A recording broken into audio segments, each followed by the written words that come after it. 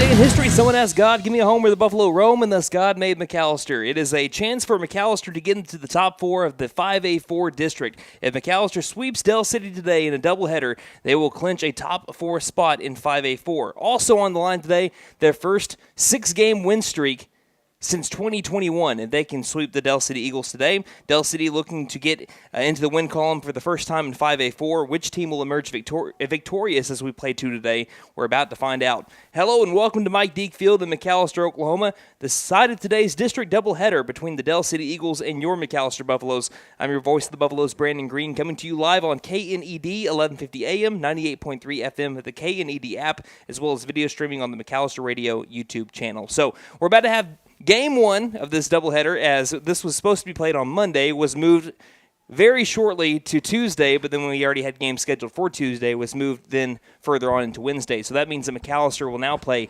5 games in 4 days as they're about to go to the Cleveland County Classic in Noble and Norman tomorrow, Friday, and Saturday, which will be bringing all those games to you as well. And I believe that they're going to be playing 7 games in 8 days. So it's going to be a busy stretch for the McAlester Buffaloes over the next 6 or so days.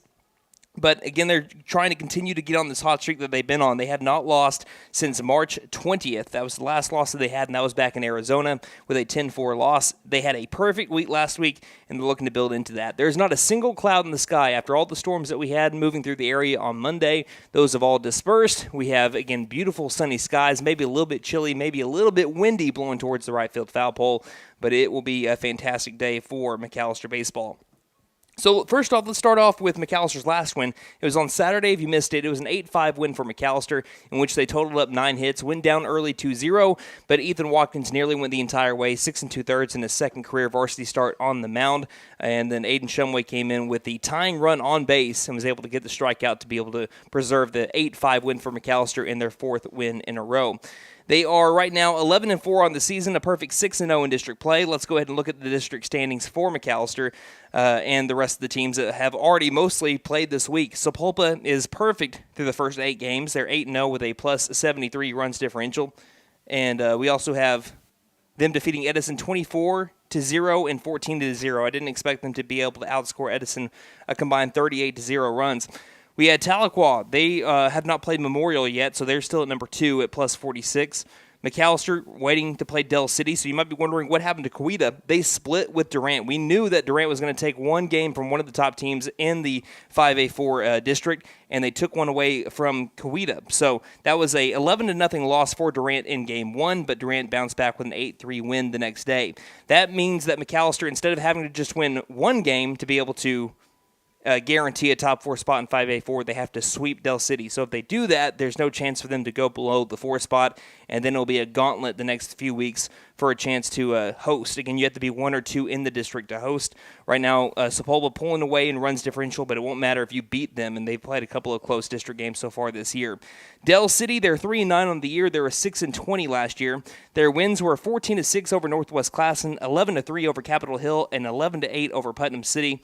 Their last state tournament was 1996, looking to get back. Their only state title appearance was against Midwest City, and that was a 12-11 loss back in 1988.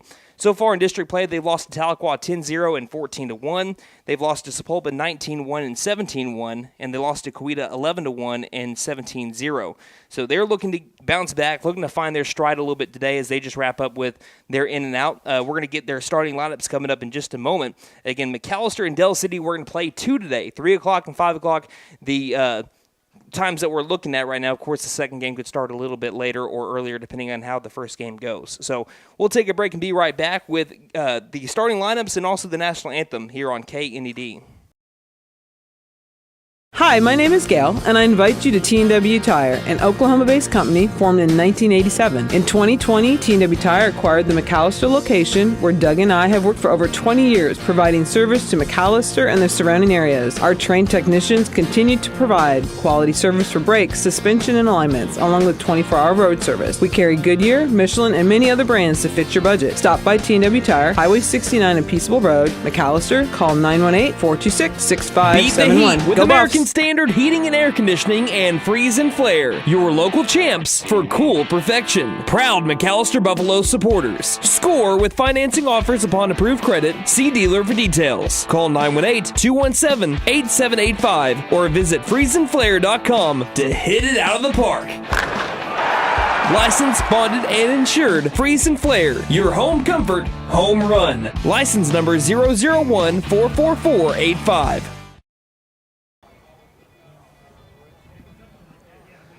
Welcome back to Mike Deek Field here, the home of today's district doubleheader with the McAlester Buffaloes and the Del City Eagles. This will be the 5th and 6th consecutive home games for McAlester, as they have been nearly perfect at home. They've only lost, I believe, one game here at Mike Deek Field, so they're looking to continue their home dominance this time against the Del City Eagles, as we have both head coach Justin Mullins and Kilby McGuire for McAlester and Del City, respectively.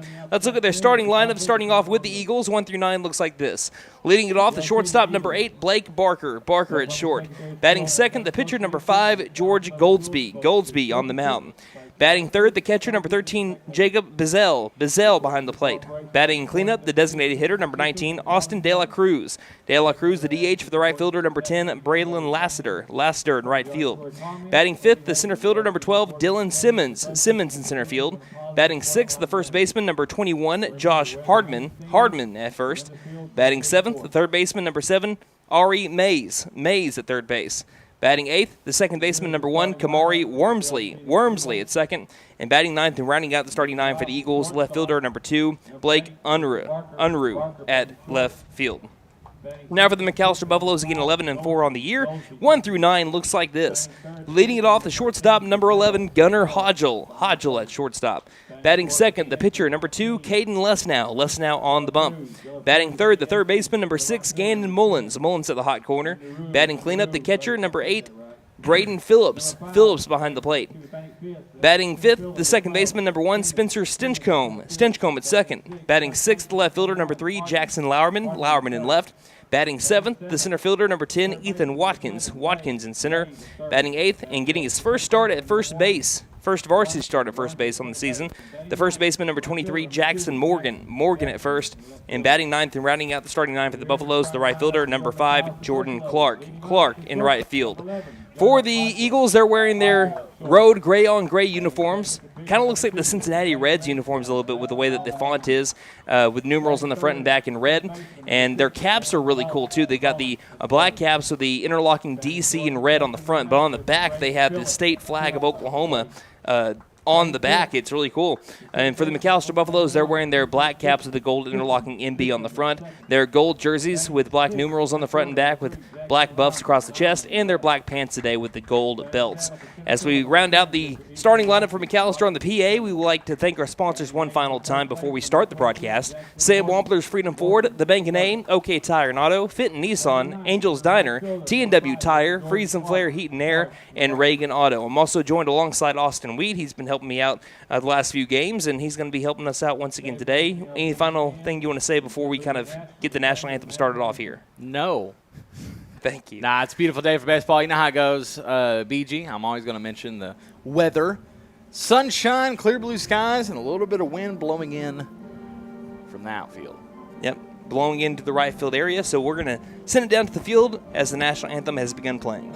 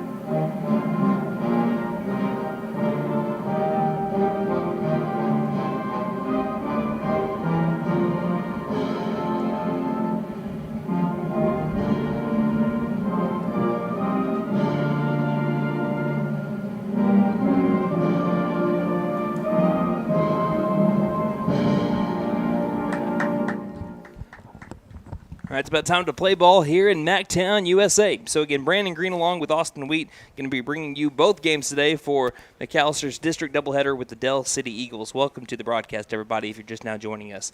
Let's look around the diamond for McAllister. Again, Jackson Morgan making his first varsity start at first base. He had his first varsity start period on Saturday against Broken Bow, batting ninth on the lineup, being the DH. Today he is batting eighth and playing first base. Second base, Stinchcomb. Shortstop, Hodgel. At third base, Mullins. In the outfield, Lauerman in left, Watkins in center, Clark in right. In the battery for the Buffs, we have Braden Phillips behind the plate and Caden Lesnow on the bump. A look at Lesnow's line on the season is just incredible through his first 4 games of the year. He is 4-0, 22 and 2/3 innings pitched.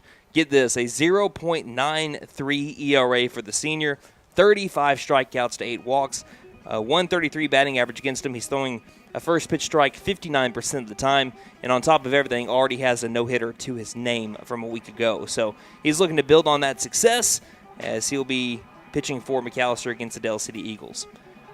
We're about to have our first pitch, and that is brought to you by Big V Feed Center. See Big V Feed Center in McAllister, Hadco Farm and Ranch in Kiowa, and Shakota Wholesale Feed Company in Shakota for your spring feeding program needs. McAllister's going to be finishing up their warm-ups as balls have been called in. It'll be Lesnow taking on Barker, Goldsby, and Bazell. 1, 2, 3 for Dell City. Dell City looking to get their first district wins of the year. They have been 3-9 on the year, but have not won one in district yet, trying to change that. Looks like the first batter is going to be a righty, as there's the throwdown from Phillips. Again, Austin was saying it right before the national anthem began, but it's just a little bit windy. Wind gusts could go up to 25 miles per hour. Right now it's a steady 15 blowing out to the right field foul pole, so not really benefiting the right-handed batter, but really benefiting the left. It's also going to benefit the right-handed pitcher because it's going to be a little bit of extra bite to that curveball, the way that it's blowing cross field. Like you talked about earlier, beautiful day for baseball, a little bit of wind and a little bit on the chilly side. So, if you take out the flaws, perfect day. First pitch from Lesnow of the evening is inside, ball 1, and it's baseball time in the Heartland. Shortstop number 8, Blake Barker, up against the righty, Caden Lesnow. Wearing the short stirrups today is the senior. The 1-0 pitch. Line drive, right center field. Deep ball, keeps on traveling and gets into the gap. It's going to be a race over towards the outfield wall. It's going to be a stand-up double at least. Watkins gets it in quickly over to Stinchcomb. Stinchcomb fires over to third, but it's not in time. It's a leadoff triple for Blake Barker. And the Dell City Eagles, like I said, looking for their first win in district play this year, come out firing. Not a lot of people have been able to hit Caden Lesnow, obviously, a 133 batting average against him on the season. And the Eagles, with a cannon of a way to start this game, just lit that ball on fire was Barker, and it brings up the pitcher number 5, George Goldsby. The outfield was playing in, too, as the first pitch into Goldsby misses. Good spot by Lesnow, does not get the call, ball 1. Outfield was playing a little bit in, and Barker with an excellent piece of hitting it to the opposite field and waiting for the ball to travel to barrel it up. That nice curveball from Lesnow on pitch number 2 finds a zone, and it moves the count even at 1 ball and 1 strike. So Lesnow in danger of allowing his first run, and that would be 3 weeks.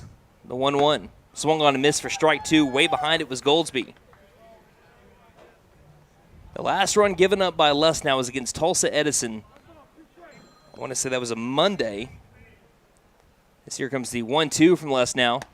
And can't get the outside corner. Just misses. Oh, it's a late strike 3 call. That's a very delayed strike 3 call. That's a backwards K, and Lesnow gets him looking. And that brings up the catcher, number 13, Jacob Bazell. The right-handed batter, Goldsby, just stood in the right-handed batter's box. I didn't see any sign from the home plate umpire, so I didn't think there was a strike. And all of a sudden, 4 or 5 seconds later, there comes the ring-up call. Here's the first pitch to Bazell. Curveball. Misses low for ball 1. So as a look at the last run that was given up by Lesnow here. So here's the 1-0. That one crosses the knees for strike 1. That was against Tulsa Edison, and I'm trying to find a date on you for that. That was Monday, February the 11th, in his second start of the season. Goodness gracious, the 1-1. Swing and a miss for strike 2. Again, late on the fastball that time was Bazell. He was really trying on that one. He had some heat behind that bat, let me tell you. 1 ball, 2 strikes, 1 down, runner at third after a leadoff triple by Blake Barker. 1-2 pitch. Curveball, got him looking. Pulled the string on him, got him with the backwards K once again. And that's back-to-back strikeouts after the leadoff triple to bring up the cleanup hitter, the DH, Austin De La Cruz. First lefty that Lesnow's going to face today. Wind now kind of blowing in from left center field. It was blowing out towards the right field foul pole, but it's been shifting kind of between the line and the pole. First pitch to the lefty, and Lesnow gets back into a groove. First pitch, called strike. De La Cruz trying to do his job and bring in Barker at third.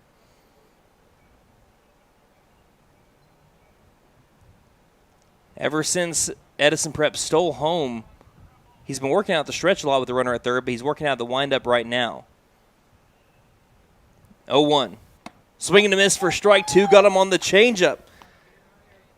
And he has a chance to leave the runner stranded at third if he can strike out the next 3 batters. Runner at third pretending to go home, stays put. The 0-2 pitch misses outside. Count will go to 1 ball, 2 strikes. That's the only thing you got to worry about when you're working out of the windup with the runner at third. Les now does get into a rhythm, takes a little bit longer, gets focused, and that's what led to an Edison Prep steal of home.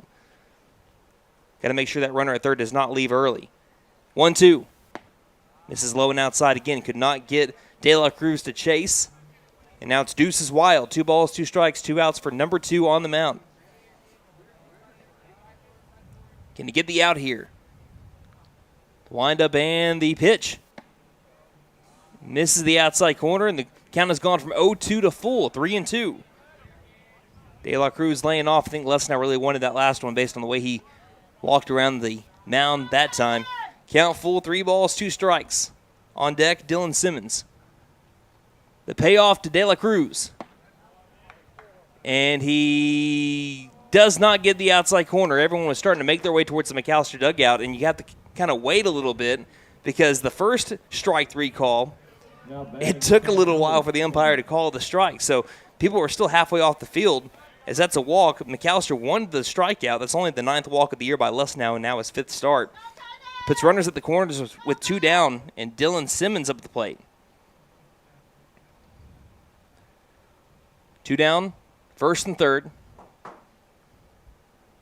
This is the first time that McAlester has played Del City in quite a while. Here's the 31 move, runner staying put. I actually couldn't find it in recent memory, talking about game changer. That goes back to 2010 for McAlester. This one's a chopper right side. Grabbed by Morgan on a hop, flips over to Lesnow. He'll stand on first for out number 3. So in his first varsity start at first base, in the first inning, Jackson Morgan gets a little bit of action and hops for that ball to be able to keep the runner stranded at first and third. And we head to the bottom of the first with the Buffaloes trying to score her here early on the Del City Eagles. Again, 0-0 our score here on. Here at Reagan Auto, we offer a variety of services for your vehicle needs. AC and heat repair, brakes, tires, front end repair, alignments, electrical repair, and everything in between. We are proud to offer a select line of engines and transmissions backed by a 3-year, 100,000-mile nationwide warranty. Give us a call at 918-715-3236 or stop by and speak to one of our advisors about how we can help. 306 East Wyandotte in McAlester. From the team at Reagan Auto, thanks for your business. Hey guys, it's Sam from Sam Wampler's Freedom Ford in McAlester and Eufaula. With 2 locations to choose from, we have close to 200 vehicles on the ground and coming in. And with vehicles starting at $29.95, we have something for everyone. And if you need parts or service, we are loading up at both locations to serve you better. Plus, with our mobile service van and our pickup and delivery, we can help you with sales and service no matter where you are. So come see us at Sam Wampler's Freedom Ford in McAlester and Eufaula and let us make it happen for you. So Caden Lesnow escapes early game trouble as there's a leadoff triple, and he got out of it with back-to-back strikeouts. Did give up a walk on a questionable ball 4 call, but he does get the ground out over to first base to be able to leave the runners where they were. It'll be the 6, 7, 8 hole batters for Del City when they come up in the second, but right now it'll be the first time up for the Buffaloes. Gunnar Hodgel, Caden Lesnow, and Gannon Mullins, 1, 2, 3. As Gunnar Hodgel batted leadoff for the first time this year back on Saturday. He went 1 for 2 in that game with a fly out to center field, a single, and 2 walks. On the season, Hodgel was batting .349, which is good for third on the team, with a .474 on base percentage. That is good for third on the team. And he's looking to be a leadoff base runner here for the Buffs. On the mound is George Goldsby. We'll look around the diamond here after this first pitch, as it is going to be a hard-hit ground ball. First pitch swinging is Gunnar Hodgel, and he'll take one into left field for a leadoff single for the Buffs. And that brings up Caden Lesnow. For Hodgel, that's his 5th first pitch hit of the season. Brings up the pitcher Lesnow, who Lesnow had a great week last week. He's got hits in 4 of his last 5, and in his last 5 games, batting .467, including 2 for 4 with runners in scoring, so you can bet that Hodgel's going to try to get over to second for him. As Goldsby delivers the first pitch, it's up and inside, and Hodgel stays put with the first pitch, ball 1. Lesnow, 308 on the year. On base percentage of .411 with 7 RBI. The 1-0. Ground ball, third base side, riding the line, but then tails foul. The count is now 1-1 on Lesnow. If you can get Lesnow on the base paths, he burns the turf is what he does. 14 stolen bases, only been caught stealing once this year. He's tied for the team lead in extra base hits with Shumway and Mullins with 6, including 4 triples. As he swings and misses at this one down in the turf, that will get past the catcher and take a weird bounce all the way towards the McAlester dugout, but Hodgel's only able to go up 90 feet to second. So the count is 1-2 on Lesnow with the runner in scoring. And if you're wondering how he's doing with runners in scoring on the year, it's .333. He's been 2 for 4 in his last 5 with runners in scoring. Looking for RBI number 8. Right now down in the count, 1-2 to George Goldsby. Goldsby, the righty, deals. This one's going to miss well outside, take a bad hop off of the backstop and went straight up in the air. It allowed Hodgel to move up 90 feet over to third. Let's look around the diamond for Del City. Hardiman at first, Wormsley at second, Barker at short, Mays at third in the outfield. Unruh in left, Simmons in center, Lassiter in right, and like I said, the battery for Del City, Bazell behind the plate, Goldsby on the mound. 2-2. High hit fly ball, carrying towards deep left center field. Chasing after is Simmons. He lost it in the sun, and it's going to one-hop towards the fence. One run's going to score. Look at Lesnow go. Turning around second over to third. He'll be held up. His 5th triple of the year, Caden Lesnow. And McAlester goes up early 1-0 on Del City. That brings up the third baseman, number 6, Gandon Mullins. So he trades places with Gunnar Hodgel. That one was given a right out to center field, but on the run there, Simmons lost it in the sun. That's going to be a thing here in the 3-4 o'clock hour before we get towards 5 and 6, where it starts to set over in the west. Nobody out. McAlester up 1-0. First pitch to Mullins. Will miss upstairs for ball 1. So Mullins, I just mentioned him, was tied for the team lead in extra base hits with 6, but Lutz now getting a 7th, makes him second place on the team. 60% of Mullins' hits, though, with runners with runners in scoring, but also their extra base hits, as the next pitch is fouled off into the netting to move the count to 1 ball, 1 strike. By the way, let us know where you're listening from today on Twitter at Buff Sports Radio. Again, that is Twitter at Buff Sports Radio, or you can let us know on Facebook at facebook.com/McAlester Radio and comment underneath our last post. The 1-1 to Mullins misses high and inside for ball 2. Reason why I mentioned that is because I didn't get these for whatever reason, because Messenger kind of changed some things up. So I didn't get messages from March 26th until today. And if you're wondering what March 26th was, here comes the 2-1. This one's a high fly ball. This is going to be deep enough to be able to score less now. Again, losing it in the sun as Simmons chases after it, and it bounces in the alleyway and rolls towards the warning track. That's going to go down as a double for Gandon Mullins, and it's an RBI double at that. And the Buffaloes lead early 2-0. So the sun is being McAllister's friend right now, and it's led to 2. Well, I think that Lesnow's would have been a base hit anyway, but that led to a double for Gandon Mullins. And McAllister's up 2-0 without an out here in the first inning. Brings up the catcher, number 8, Braden Phillips. But the reason why I mention that is because last Tuesday, which was the 26th, we talked about Tulsa Memorial. We were calling the Memorial doubleheader, and we brought up our favorite baseball and football movies. So here's the first pitch to Phillips. That was about as weird as you can hit a ball. He was way out in front. The ball hit the very top of the bat, and it spun in a weird way towards the press box. Count as 0-1. That's when you know you're well ahead of the pitch. We'll continue this conversation after the next pitch from Goldsby to Phillips with a runner at second and nobody out. The pitch down the turf. Count goes to 1-1. But no, they said that their favorite football movie, 12 Mighty Orphans, coming from Nathan and Casey. And says their favorite baseball movie, Moneyball. It's just such a good movie. 1 ball, 1 strike. And the pitch. Hard hit, ground ball left side, backhanded. Nice play by the shortstop Barker. Throws across over to first. An amazing play by the shortstop Barker. Stretched it out as far as he could with his left hand. Was able to snag it in and deliver a dart with the wind at his back for out number 1. Phillips just can't catch a break. He is one of the team leaders in contact percentage, meaning he doesn't strike out a whole lot. But he hits the ball hard, and he hits it right to a bunch of infielders. He's just not getting those base hits.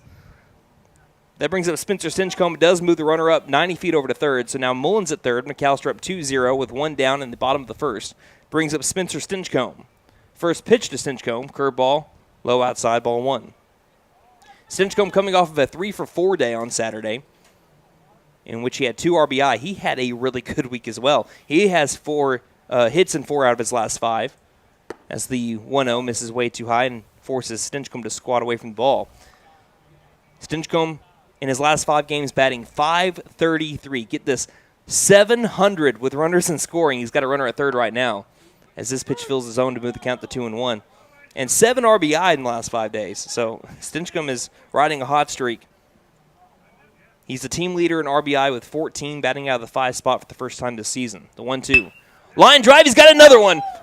2-hopper over to the center fielder, Simmons, and that'll be an RBI single for Spencer Stinchcomb. Stay hot, kid. And McAlester with an early 3-0 lead.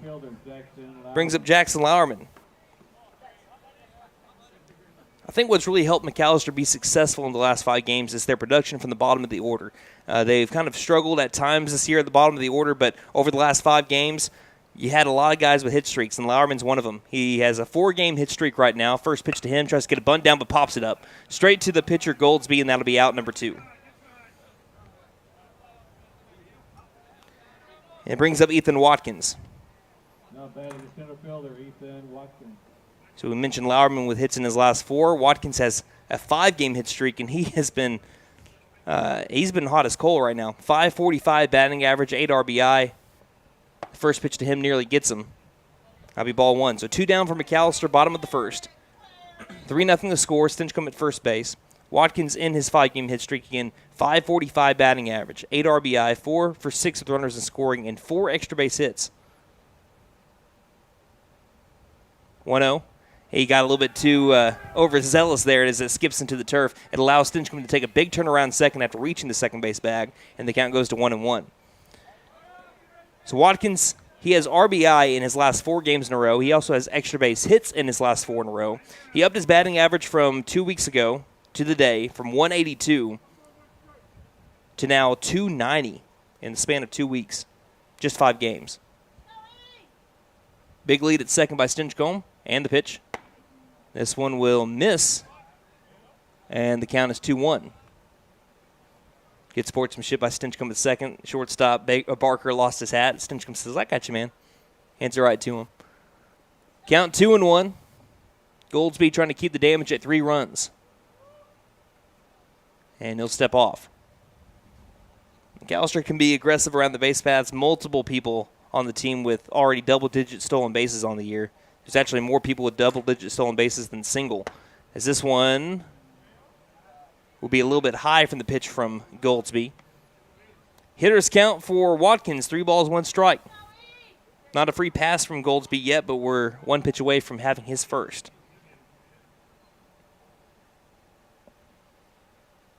Three and 1. And the delivery. And that's a good pitch to swing at, but fouls it straight back. He's right on it, though. Count moves to full at 3-2. And Watkins has hit a home run in his sophomore year. I believe he hit 1 or 2 his sophomore year, but he hit 3 last year as a junior. Looking for his first one this year. He's going to have to hit it against the wind if he wants to get one today. Count is full at 3-2 on Watkins. Runner at second, and the pitch. Curveball, that's way too high. And Stinchcomb nearly got in trouble. He was halfway between second and third, has to retreat back to the second base bag. But as for Watkins, the second guy on the team in on-base percentage at .521, he'll see that increase, a team-leading 14th walk on the year. And it brings up Jackson Morgan. Morgan still looking for his first varsity hit. Going to be here with runners at first and second and 2 down, and the score 3-0. The pitch. It might be. Fly ball, left center field, going towards the alleyway. Simmons jumps for it as he was racing after it and makes the catch for out number 3. But the Buffaloes do score 3 runs on 2 extra base hits, and Spencer Stinchcomb getting in the third. As we head to the second inning, McAlester leading 3-0 in Dell City here on. My wife makes the best lasagna, even in that old kitchen of ours. She deserves the best kitchen money can buy, but all our cash was tied up. So we went to the Bank N.A. for a loan for our kitchen remodel, and the folks at the Bank N.A. came through for us and our family. Plus, the Bank N.A. is local, so the money stays in town. Call 918-423-2265 or go into the Bank N.A. to get your loan for whatever your family wants or needs. The Bank N.A. Strong, secure, and ready to loan. Member FDIC. Equal housing lender.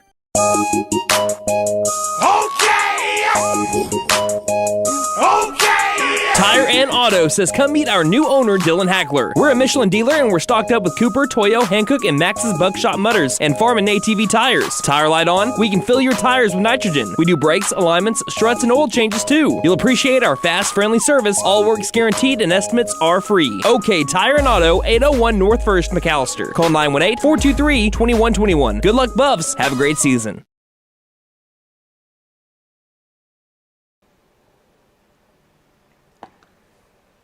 We're heading to the second inning. McAlester put up a 3 spot in the first to take an early 3-0 lead over Dell City. We do have some people checking in, including Austin Wheat. He says he's listening from Mike Deke Field. Hashtag Buffalo Roll Call. Was that on? I didn't leave no comment. Oh, you didn't? That's crazy. Derek Hatchett also listening to the right. Technically, I guess he's in the same press box. He said he was going to do it, but I'll say he did it Go on there anyway. and look. There's none from me. Brian also says he's listening in from Florida. Let's go Buffaloes. Thank you, Brian, one of the McAlester baseball's most loyal listeners. We appreciate you for checking in, Brian. McAlester doing you well so far, 3-0 lead. As we head to the top of the second, it'll be the 6, 7, 8-hole batter, starting off with Josh Hardman. First baseman number 21, righty-on-righty matchup. First pitch of the second will be right down Broadway with the heater for strike 1. And that's how the second inning begins. Dell City threatened in the first with a leadoff triple on the second pitch of the game. But then Les now held him stranded as the 0-1. Be swung on and missed on the high fastball for strike 2. Left Barker stranded with back-to-back strikeouts, a walk, and then a ground out to the first baseman, Jackson Morgan. Infield shifted a tad bit over to the right side. Here's the 0-2 pitch, and it misses up and inside for ball 1. With the wind blowing in from left field, left fielder Lauerman is playing in. Center fielder Watkins is as well. Right fielder Clark playing a little bit further back as the wind's blowing his way. The 1-2. Swing and a miss for strike 3, but it gets past Phillips all the way to the backstop. Might be a tough play at first base. The throw to first is going to get to Morgan, but not in time. A good scoop on Morgan kept it from going into the right field area. That's going to be a strikeout. Reaching first on the drop third strike is Hardman. And it brings up Ari Mays, third baseman number 7.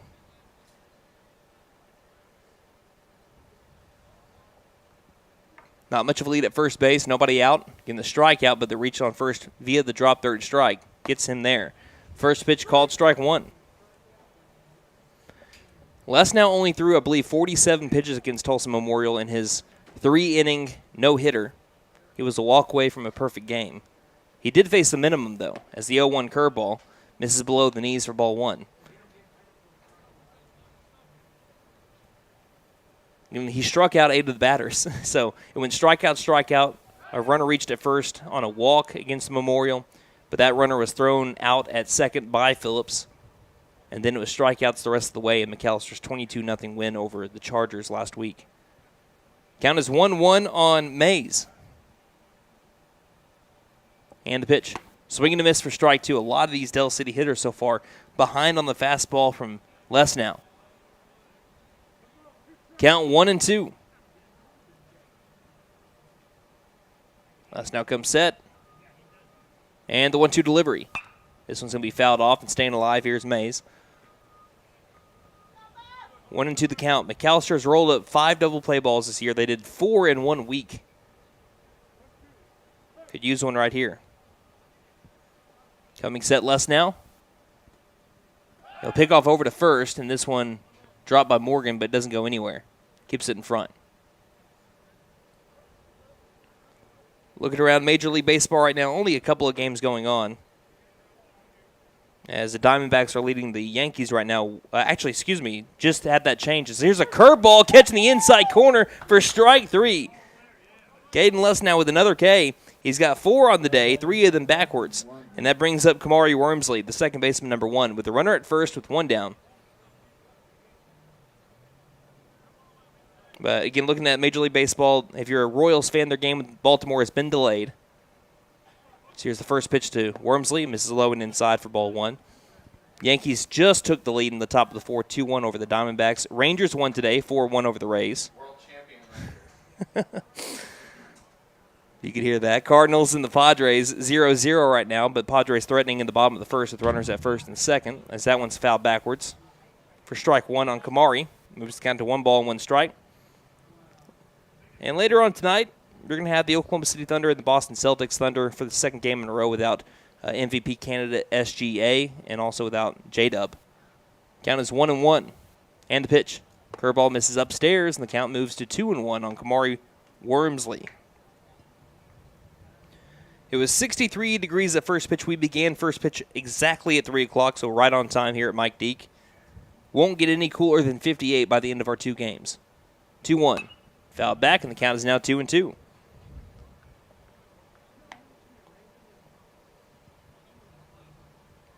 McAlester up 3-0 if you're just now tuning in. Top of the 2nd inning, 1 down. The runner at first is put on via a drop 3rd strike. And the 2-2. Again, staying alive here is the righty Wormsley. Another foul ball. That's his 3rd of the at-bat. Count is even at 2-2.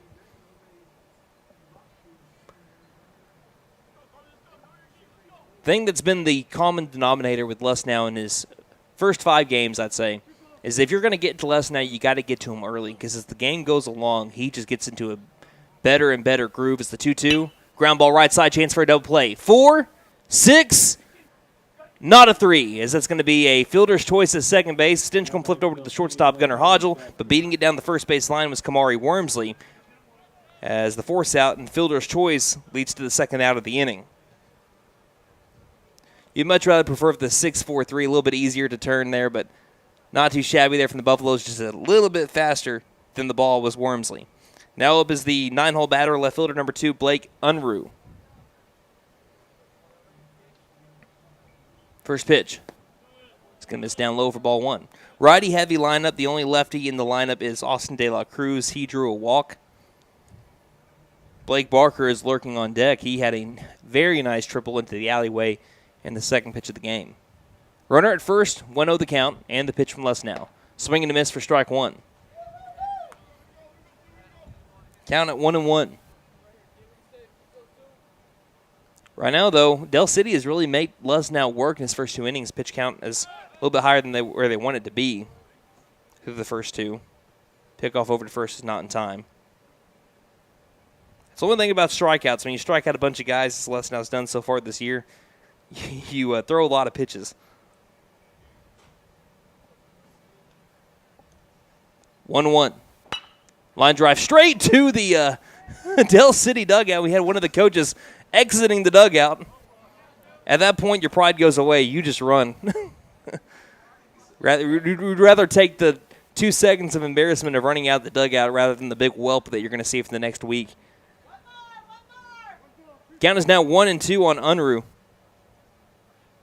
And the pitch. Curveball swing and a miss. Had him way out in front. Pulled the string on him, and that is out number 3. That's 3 strikeouts for Caden Lesnow in the inning. And he's already up to 5 on the day, as that sends us to the bottom of the second inning. McAlester looking to continue to do work on offense. They'll bring up the 9-1-2 batters, Clark, Hodgel, and Lesnow on the way here on KE. Graduation is only a month away. And Spin Nissan of McAlester has some great deals to celebrate the graduate of your family. Come get a 2024 Nissan Kicks for only $299 a month. Or come get a 2024 Nissan Sentra for only $299 a month. And remember, we don't just sell great vehicles, we buy them too. Don't forget to tell them Maddie sent ya. Fenton Nissan is your best deal dealer. Shop us online now at fentonnissan.com. Angel's Diner Steakhouse and Pub serves great breakfasts all day and juicy burgers too. Angel's Diner also serves brick oven pizza on Friday and Saturday nights from 5 p.m. to close. Angel's Steaks are certified Angus beef and the pub offers beer, wine, and mixed drinks. Breakfast, lunch, and dinner make it Angel's Diner Steakhouse and Pub, 1402 South Georgia Expressway, McAlester. Call 918-423-2633. Open Monday through Saturday, 7 a.m. to 9 p.m., Sundays, 8 a.m. to 2 p.m. Like us on Facebook.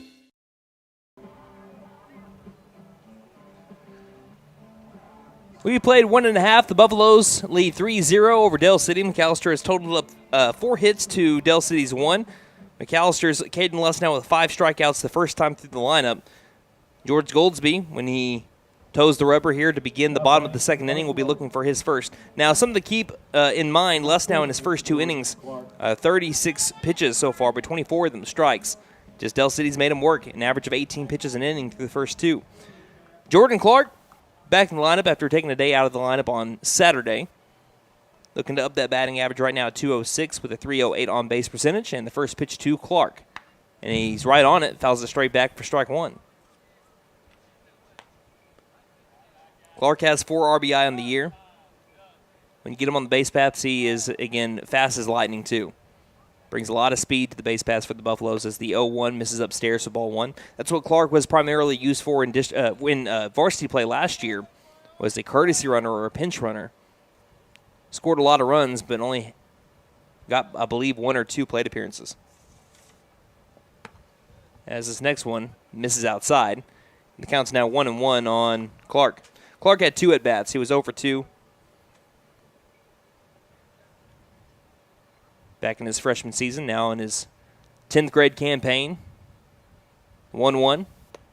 This is upstairs for ball 2.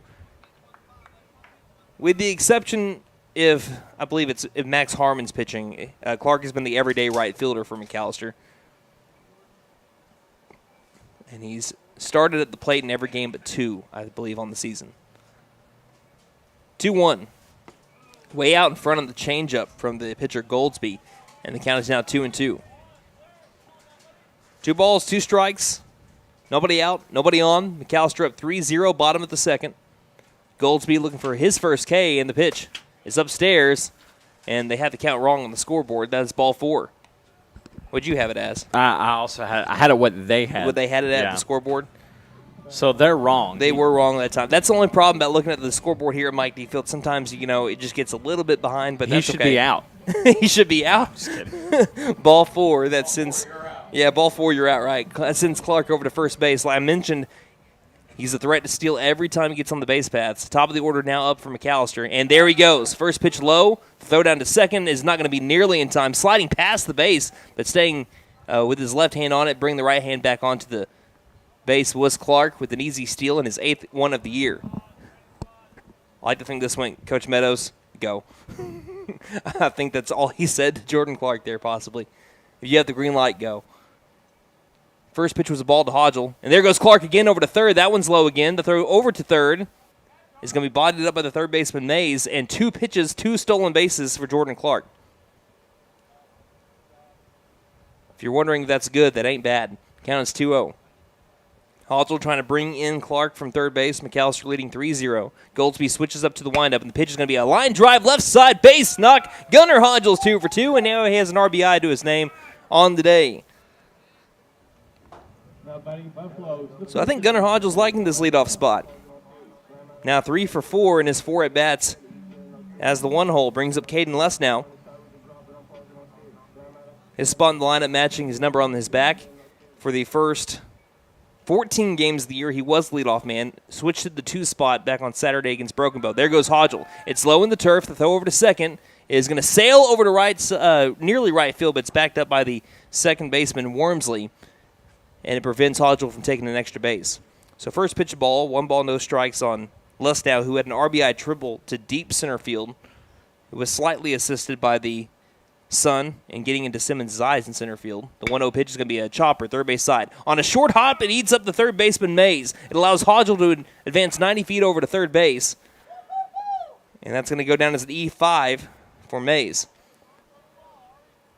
That's why as an infielder you're taught, if you see that big hop, you got to charge and go get it then, because that short hop ate up Mays and allowed Lustow to get over to first. We talked a lot about Clark being able to steal bases, but your leading base stealer is Lustow. I wouldn't be surprised if he gets his 15th on the first pitch. And that's what maybe Del City might be thinking. They might try to pick Lustow off here. Mullins with an RBI double already today. Runners at the corners, nobody out. And they do look over at first, but Lustow back in. It's a 4-0 McAlester lead, bottom of the second. Goldsby looks at third and picks off over to first again. This one sails past the first baseman, Hardiman, and allows a run to score. Lustow looking back at the ball, makes a turnaround second. Now he's dashing over to third. The throw to third is going to be a little bit up the line. It wouldn't have mattered anyway. Lustow's there in time, and that's the second error of the day by the Del City Eagles. Back-to-back errors. That one's going to be a scorekeeper's decision, but it's either an E1 or an E3. I'm prompted to give it an E3 there. Pitch to Mullins. Fly ball. I'd say shallow left field. Unruh coming underneath it. And now it bounces. It bounced in between the shortstop and the left fielder, Unruh. Again, that sun beating down on the eyes of these outfielders, and it leads to no one being close to the ball and what looked like it could be. Well, it's actually going to go down as a bloop single. It was in that middle territory between Barker and Unruh. And it leads to an RBI single by Gannon Mullins. And McAlester now up 6-0, back-to-back 3 spots in the first and second. Brings up Braden Phillips. He hit a hard ground ball but to the shortstop Barker. As the first pitch misses in the turf and gets past the catcher Bazell. And Mullins gets into scoring position for Phillips. Phillips, again, he's just been one of the unluckiest batters for McAlester so far this year. Again, one of the best hitters, best contact hitters on the team, doesn't strike out a whole lot. And he just keeps on hitting just smoke shows straight over to infielders. That one was a nice play by Barker the last time up, as this pitch is going to miss high as Mullins takes off for third and gets it with ease. The count is 2-0 on Phillips. So the last play, it was a fully outstretched left arm of Barker, grabbing it with the glove and delivering a dart over to the first baseman, Hardiman, be able to get the out at the time. That was the first out for Del City back in the first. 2-0 to Phillips. This one's going to be a hard-hit line drive up the middle. No one's getting that one. And it'll be an RBI single for Braden Phillips. Takes a big turnaround first. Going for the double. He'll get there. The hustle play and also the awareness of the base running by Braden Phillips leads to the RBI double. And it brings up Spencer Stinchcomb. 4 runs without an out here in the bottom of the second leads to a 7-0 McAlester lead. Stinchcomb, mentioned it the last time he's up, is on a streak right now. He's 4 for his last 5 with 3 RBI. And he's batting nearly 600 in his last 6 games. Goldsby. Phillips doesn't take off at first. Now he'll go as it gets past the catcher Bazell. At 90 feet from scoring is Braden Phillips.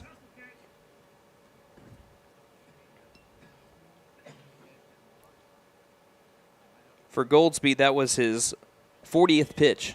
He'll go back to the windup, and the 1-0 to Stinchcomb. Hits off the top of the bat. Ground ball to the third baseman to Mays. Throws across the diamond in time for out number 1, but it's another RBI for Spencer Stinchcomb on the 5-3 ground out.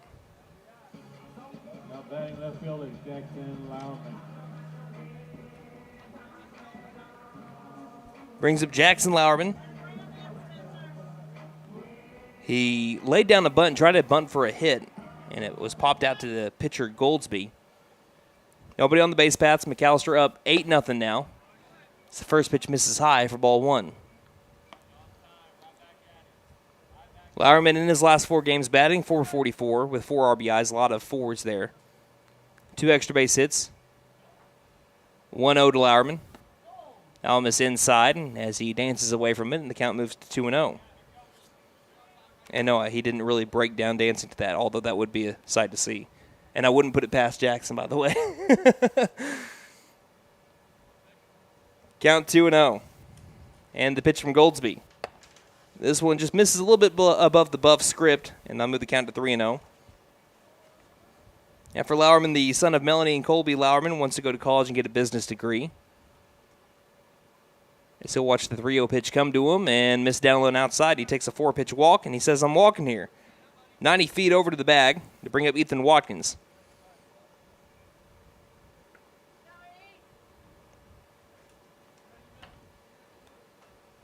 Watkins has drawn a walk, one of the now 3 that Goldsby has given up so far today. 8-0 McAlester lead. Lauerman does not take off at first as the first pitch misses high for ball 1.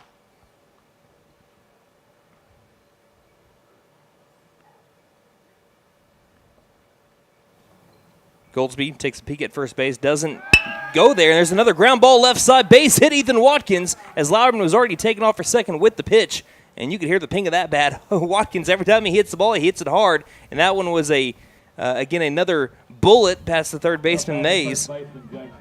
And Watkins now has a 6-game hit streak as he has seen the ball extremely well. And he's seen it at exactly the right time, too. McAlester about to go into a gauntlet here in district play, facing the top 4 in 5A4. I believe they'll have, I want to say it's Coweta first, or no, I think it's Tahlequah first, actually. Tahlequah first on the 8th.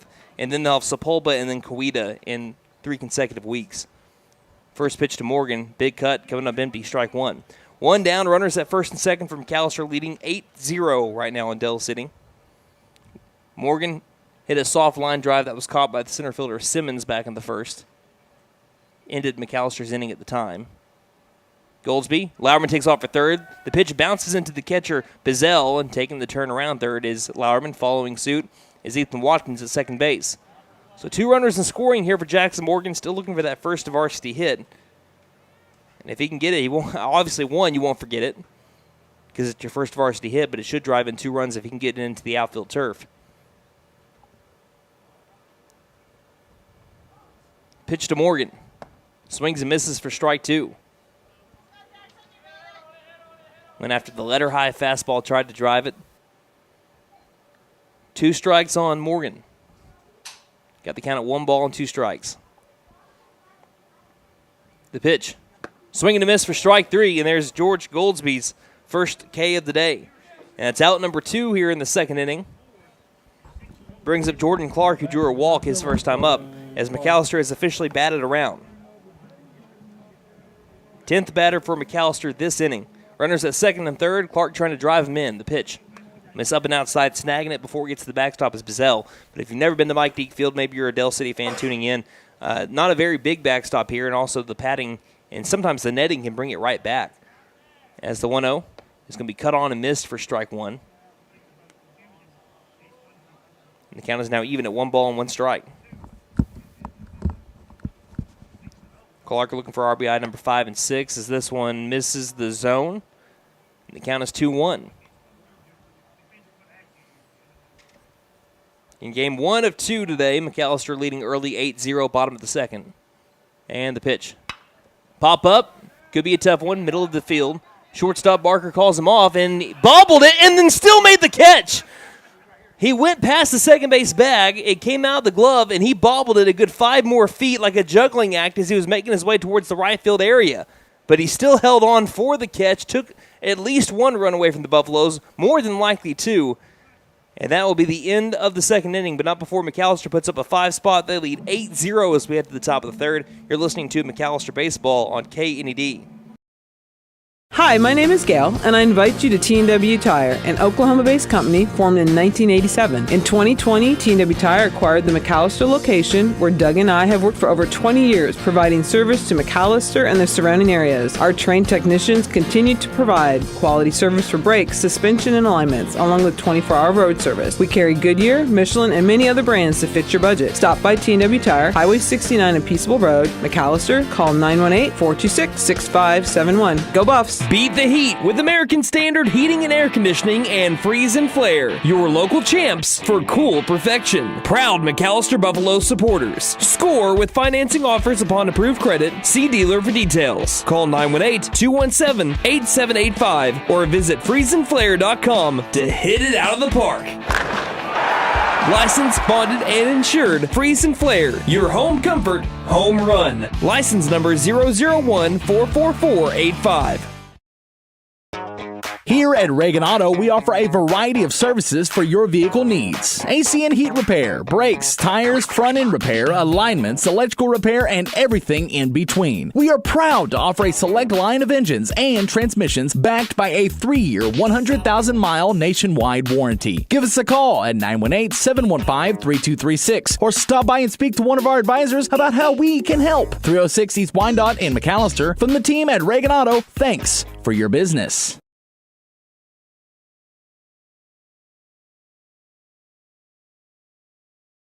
Welcome back. Welcome back to Mike Deek Field here in McAlester, Oklahoma, getting everything synced up here on the simulcast. Again, every McAlester baseball game on the radio, KNED, 1150 AM, 98.3 FM. But if you don't have a radio and you just want to listen from anywhere in the world, that's the KNED app or online at McAlsterRadio.com at the KNED tab. Also, video streaming this one at McAlester Radio's YouTube channel. As the first pitch of the third inning will miss up high to Blake Barker, who has the only hit so far for the Eagles, but it was a exclamation mark of a hit. It was a triple into the alleyway right center field. So here's the windup in the 1-0 pitch to Barker. Another ground ball, shortstop position. Hodgel fields it, a little bit of a bobble, throws over to first, but in time to be able to get the out. He really stretched that leg, didn't he? Yeah, good stretch by Morgan over at first base to be able to ensure the out. And not a very big bobble, but a little bit of a bobble from Hodgel, but he was able to, again, get enough of a grip on it and show off the arm strength with a scorcher over to the first baseman Morgan's glove on his left hand. That's going to be out number 1. 6-3 ground out brings up George Goldsby, pitcher against pitcher right here. He struck out looking his first time up. First pitch to Goldsby, and he fouls this one off after it almost hit the plate. That was pretty impressive. You strike one. Almost reminded me about Vladimir Guerrero, and no, kids, I'm not talking about junior, I'm talking about senior. If you want to look up some of the craziest hitting you've ever seen in your life, look up Vladimir Guerrero senior highlights. This one's going to be fouled off down the third base line, and it's going to be strike 2.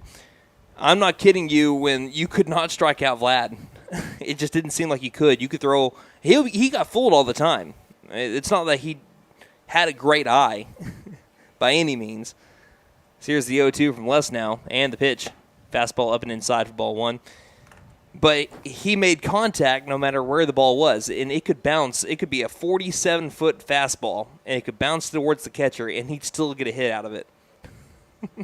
The 1-2. Staying alive here. It's Goldsby, and the count is still 1-2.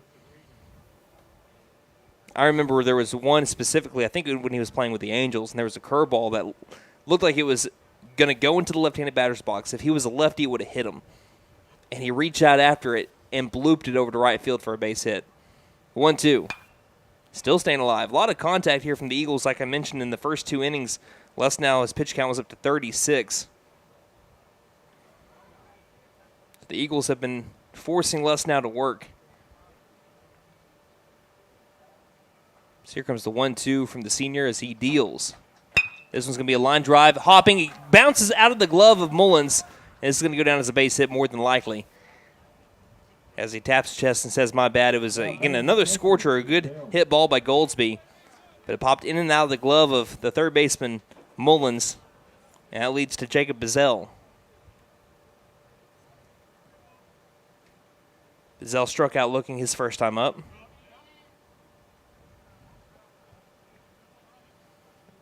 little bit of a closed stance here for the righty Bizzell. Goldsby with the decent lead at first and the first pitch. Getting this down by the ankles for ball 1. Yeah, official scoring on that is going to be an error. 1 ball, no strikes, 1 down again. Runner at first. McAlester up 8-0. Runner pretends to go up for second and then comes back over to first as the pitch is a called strike. And the count goes to 1-1. Had McAllister's dugout yelling runner as well. But then it's like the runner heard that, Goldsby, and says, I just kidding. I'm just kidding. Pick off over to first, trying to keep the runner honest.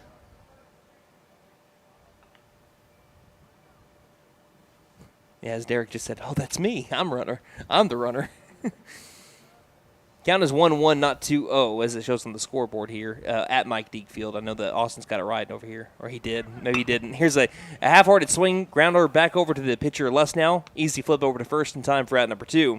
Runner does advance over to second base as Goldsby was already taken off with the pitch. And it brings up Austin De La Cruz, who worked a walk. Lesnow's only walk of the game. But a runner in scoring position here for the Eagles. McAlester with an 8-0 lead. Top of the third.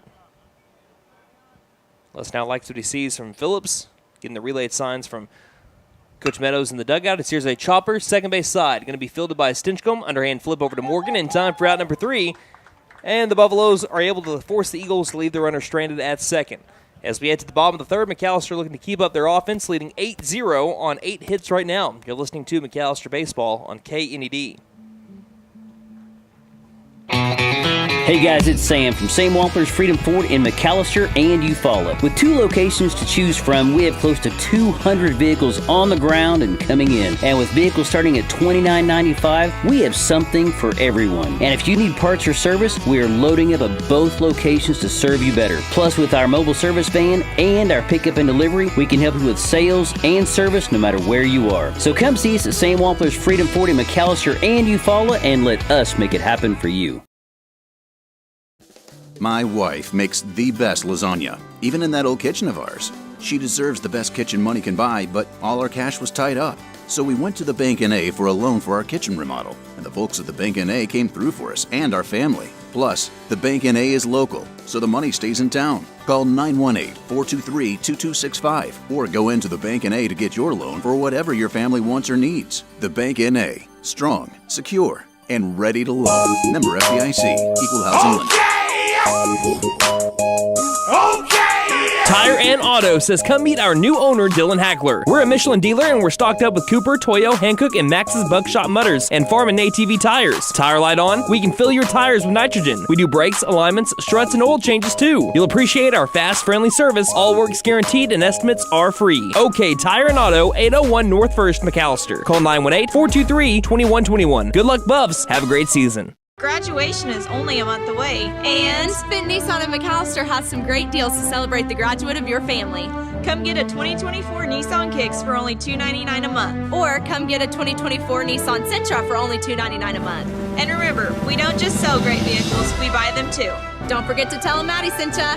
Fenton Nissan is your best deal dealer. Shop us online now at FentonNissan.com. Welcome back to Pittsburgh County here at Mike Deek Field, the home of the McAlester Buffaloes, looking for 5 straight wins if they can take this one from the Del City Eagles. If they win both of them, they win 6 in a row for the first time since 2021, and on top of that, they clinch a top 4 spot in 5A4 if they do clinch, and that's already again just halfway through the district schedule. Top of the order up again for McAlester. Gunnar Hodgel 2 for 2 on the day. First pitch will miss up by the eye level, and that'll be ball 1.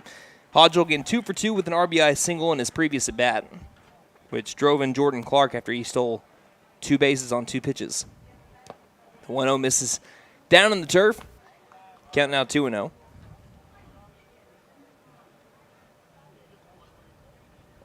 The windup from Goldsby and the 2-0 pitch.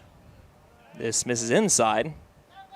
Catcher Bazell really wanted that, and the count goes to 3-0, and the ball sails towards the second baseman Wormsley on the throwback. They'll get it back in quickly. Top of the order has done damage. They are so far, that's 5 for 6, but all 3 batters have reached base safely all 6 times. Caden Lesnow had an E5 in his second plate appearance. That was his latest one. For Goldsby, this is pitch number 59, and 59 is a strike. Still a hitter's count for Hodgel, 3 balls, 1 strike.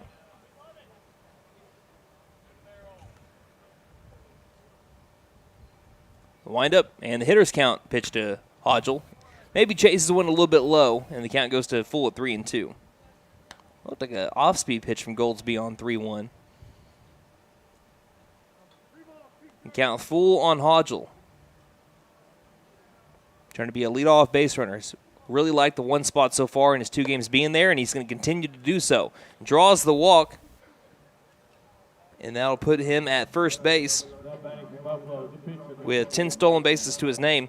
For Caden Lesnow, who already has a triple this game, which is his 5th triple of the year. You know, usually when you think of extra base hits in high school baseball, you're thinking, oh, he hits a lot of doubles. Well, Lesnow, 5 out of his 7 extra base hits are triples, and you just don't ever see that. First pitch, Hodgel's taken off. First pitch is also a swing and a miss for strike 1 from Lesnow. And there's not even going to be a throw at second as Bizel watched the ball come in and out of the glove. Oh, we have interference. Batter's interference on Caden Lesnow is going to make him out. He swung and he made contact. But shouldn't that put him at first base? No, did he hit the glove? Okay, so Lesnow was in the box, swung and missed, and they're going to say there was interference on Lesnow in the box. The home plate umpire is going to say that Lesnow intentionally got in the way or didn't make an effort of getting out of the way, I guess, of the catcher on the throw down over to second. So it's batter's interference, something you just don't ever see. If anything, you usually see a swing and a miss. Ball hits the glove of a catcher, and it's catcher's interference. But that's an automatic out on Caden Lesnow on batter's interference on the attempted throw over to second base, which I didn't think he threw to second base or tried to throw to second. That's another thing that makes that a little bit of a weird play. Pickoff over to first, back in time is Hodgel. Unless he had a foot out of the box, which that'd make more sense there too, but I didn't think he did. First pitch to Mullins, misses down low for ball one.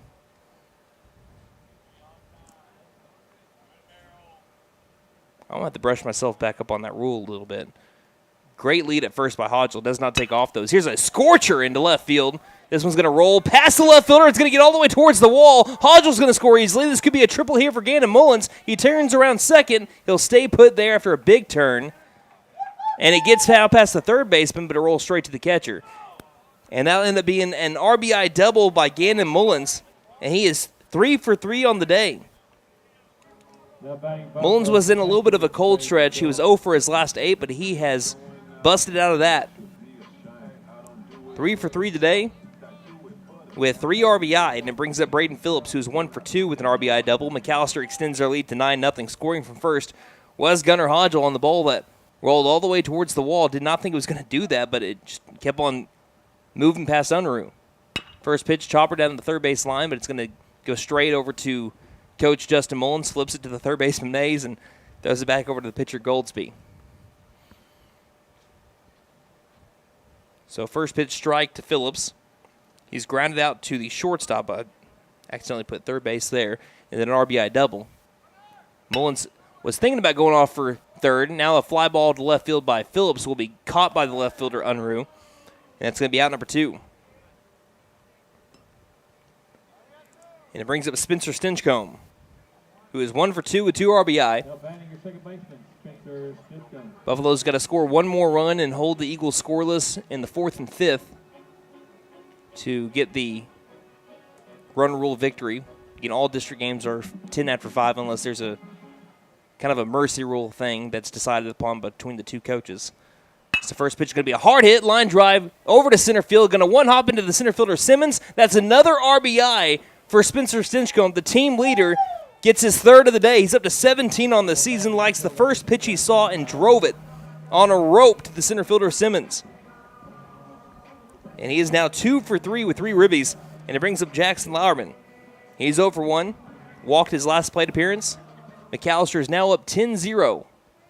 2 down. Runner at first to Stinchcomb. Goldsby delivers. First pitch ground ball riding the third base side, but again it's going to tail foul, and that's going to be strike 1 on Lauerman. Lauerman trying to extend his hit streak again, hits in his last 4.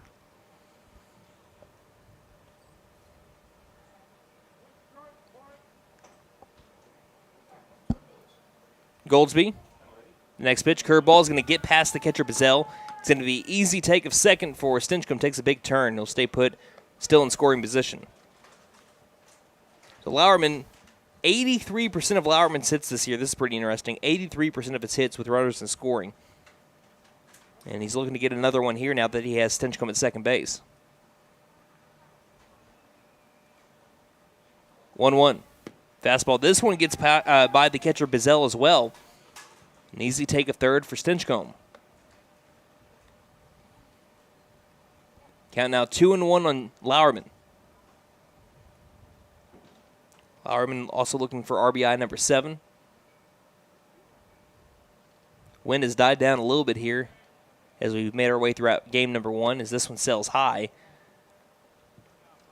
And the count now 3-1. Still blowing out to right field, though, just not as much gusty wind as we had at the start of this. We've played for about an hour now as the 3-1 pitch to Lauerman is up and inside. He'll take another walk.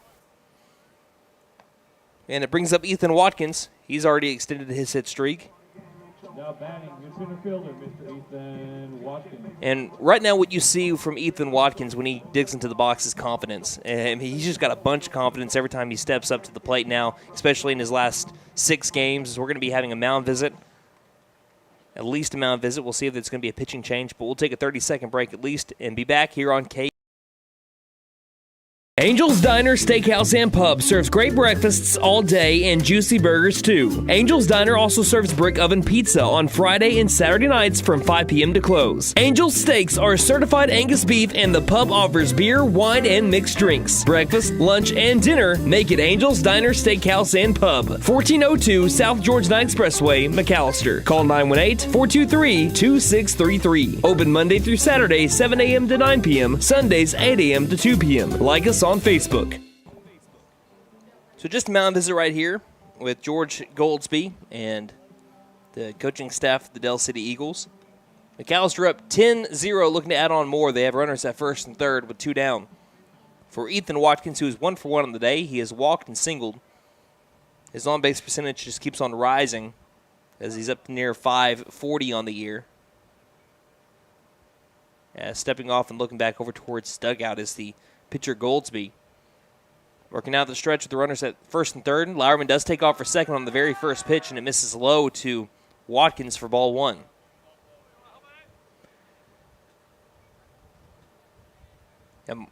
It's been a tale of 2 months so far for Ethan Watkins, as here's the 1-0. This one's going to bounce in for ball 2. He's always been able to reach base extremely well this season, but in terms of hitting the ball, again, struggled at the very first part of the year, but he has been, with the exception of Aiden Shumway, and here's the 2-0. This one misses upstairs for ball 3. It may be Spencer Stinchcomb. Ethan Watkins has been McAllister's hottest hitter since Arizona. The 3-0 with runners at second and third is going to miss high as well, and it's a 4-pitch walk to Watkins. And we have our first bases loaded alert. This bases loaded alert brought to you by Pop's Kettle Corn in Old Town. Choose your flavor of kettle corn or try their freshly made pork rinds at Pop's Kettle Corn in Old Town McAlester. So Jackson Morgan, he's lined out to center field and struck out. He's got the bases juice, looking for that first varsity hit. Can do it with, again, a runner at each bag. 2 down. Bottom of the third inning. McAllister's already scored 2 this inning, looking for more. Goldsby going to be working out of the windup, and the pitch. He's going to sail past the catcher, bounces straight back. Lauerman has to race back over to the third base bag, scratch that, make that Spencer Stinchcomb. Lauerman's at second, and we have Watkins at first. That's a scary thing, because when you see the bounce back, you see your lead runner take off, and then you're like, oh, I got to get back too. That's what Watkins is laughing about over to Coach Meadows at first. The 1-0 is going to be hit towards the third baseman. He will grab it, and it's an easy step at third base by Mays for out number 3. So the Buffaloes leave him loaded, but they do get to that 10-run mark. We head to the top of the fourth inning. McAlester leading 10-0 here on.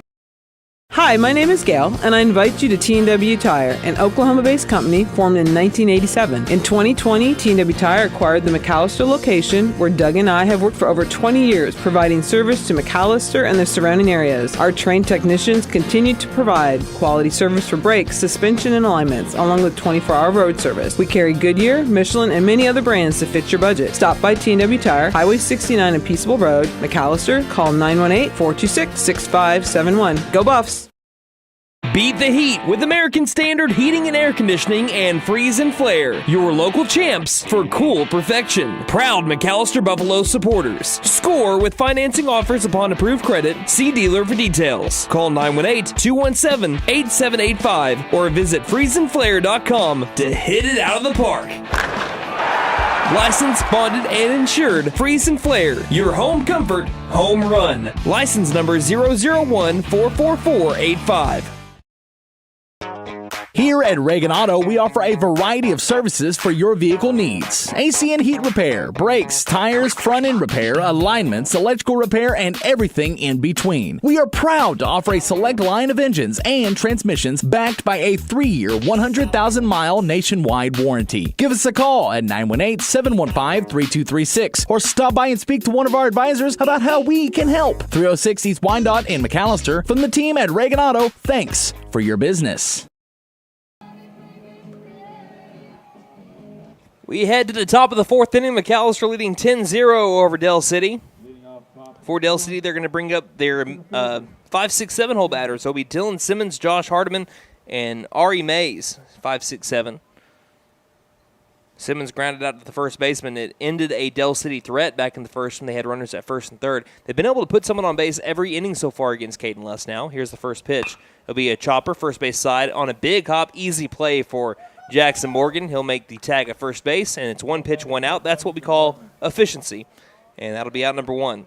Brings up Josh Hardiman. So now Simmons, both ground outs to Morgan.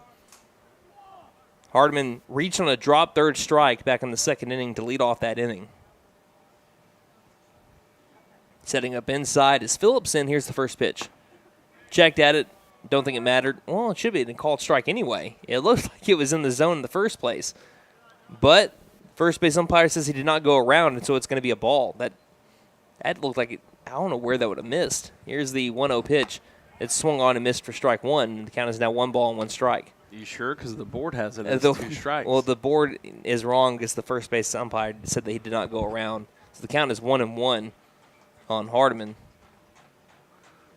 The pitch will be fouled off, and now we have 2 strikes on Josh Hardiman at 1 ball and 2 strikes. I don't think it would have mattered. I don't think it should have mattered if he swung at that pitch or not. It probably still should have been a ball, but doesn't matter. Les now gets to those 2 strikes. And the 1-2 gets his strikeout with the fastball. Sit him down, throw it around. Out number 2 here in the top of the fourth inning. And for Les now, that's strikeout number 6. He is up now to 41 on the year. And not even 6 complete games now. He's averaging about 7 strikeouts a game. Brings up Ari Mays. Struck out looking his first time up. First pitch with 2 down. Does he get the knees? No, he doesn't. Misses a little low for ball 1. A little bit below the bottom line of the strike zone. 2 down, nobody on. Top of the fourth, McAlester leading 10-0. His fastball's upstairs, and that'll be ball 2. I mentioned in the pregame show, if McAlester can sweep Dell City today, then they will get their 6th win in a row for just the first time since 2021. Now, if you want to know the last time McAlester won 7 in a row, just taking it 1 game further, as the 2-0 will be swung on and missed for strike 1, you'll have to go back to my junior year of baseball, Coach Meadows' senior year of baseball, when McAlester won 7 in a row in the month of March. Which you're 2-1, outside corner right where Les now wanted it for strike 2. 2 balls, 2 strikes. Your senior year was what, 2014. 2004? You call me old? You and I are the same age. The 2-2 pitch. Swing and a miss for strike 3. And Les now struts off the mound, shaking his head, says, I got this now, baby. That's a 1-2-3 inning for Caden Les now, striking out 2 in the process, and that time pulling the string on Mays for out number 3. We head to the home half of the fourth. We played half a 7-inning ball game. McAlester looking for some insurance runs if they can get some more. Just, again, a little bit padded insurance to go to the top of the 5th with the run rule if McAlester can hold Dell City scoreless in the 5th to end the game 1 of this doubleheader. Again, 10-0 or your score here on KNED. Hey guys, it's Sam from Sam Wampler's Freedom Ford in McAlester and Eufaula. With 2 locations to choose from, we have close to 200 vehicles on the ground and coming in. And with vehicles starting at $29.95, we have something for everyone. And if you need parts or service, we are loading up at both locations to serve you better. Plus, with our mobile service van and our pickup and delivery, we can help you with sales and service no matter where you are. So come see us at Sam Wampler's Freedom Ford in McAlester and Eufaula and let us make it happen for you. My wife makes the best lasagna, even in that old kitchen of ours. She deserves the best kitchen money can buy, but all our cash was tied up. So we went to the Bank N.A. for a loan for our kitchen remodel, and the folks at the Bank N.A. came through for us and our family. Plus, the Bank NA is local, so the money stays in town. Call 918-423-2265 or go into the Bank NA to get your loan for whatever your family wants or needs. The Bank NA, strong, secure, and ready to loan. Member FDIC, Equal Housing Lender.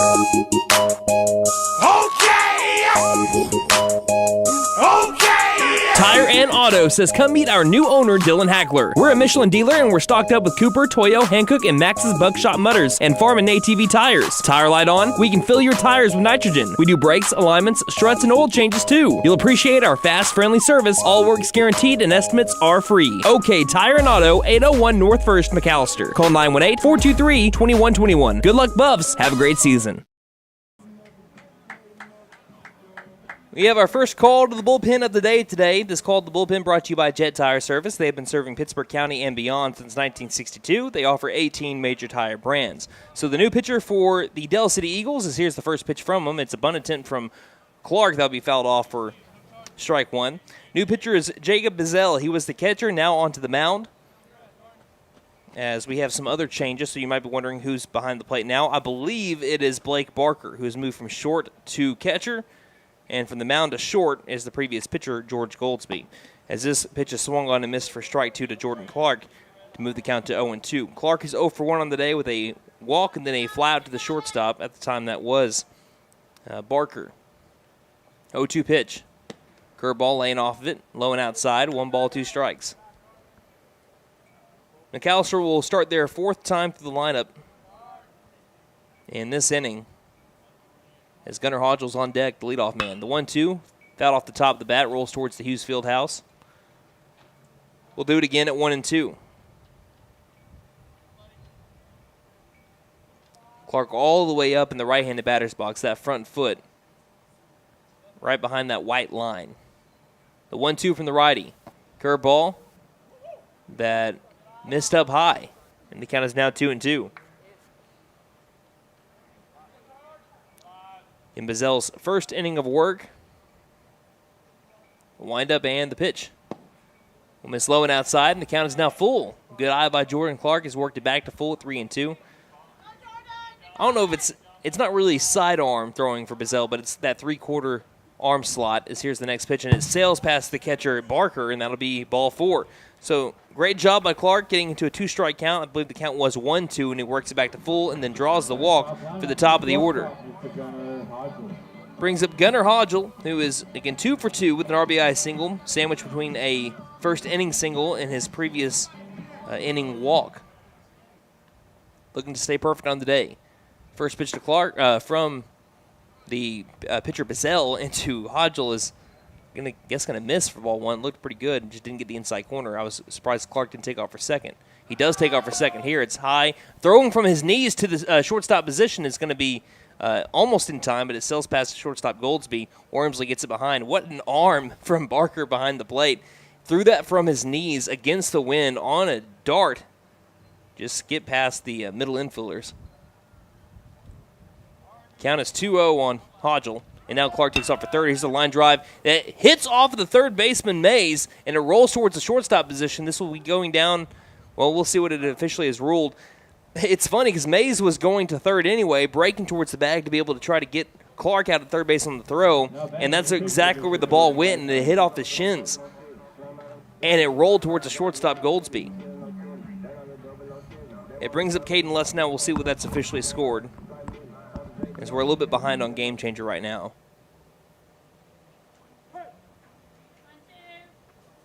Okay, now let's see what they officially ruled it as. The first pitch to Lutz now misses high and in for ball 1. And that will be ruled as a single. I think that's a pretty, I would agree. I would call that a single there. Hodgel takes off for second. Here's a line drive down the left field line. That's going to score 2. Hodgel's going to score from first. Off to the races once again is Lutz now. To the second base bag. Makes a turn and halts there. And that'll be another extra base hit for Caden Lutz now. Scores 2, helping his cause. And that makes the score now 12-0. McAlester over Del City.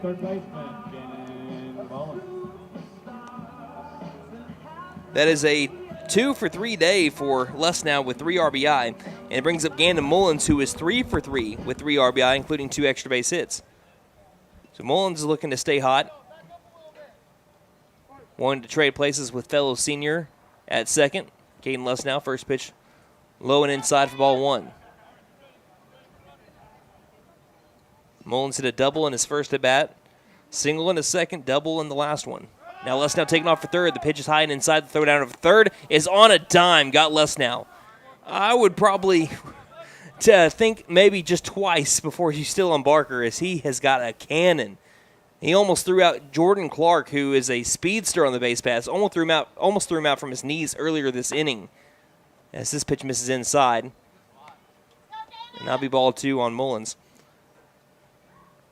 Well, we saw what Barker did at shortstop back in the first inning. He threw out Braden Phillips from a deep ground ball into the hole. As that 3-0 count's going to miss high and inside for ball 4, and Mullins will take his base.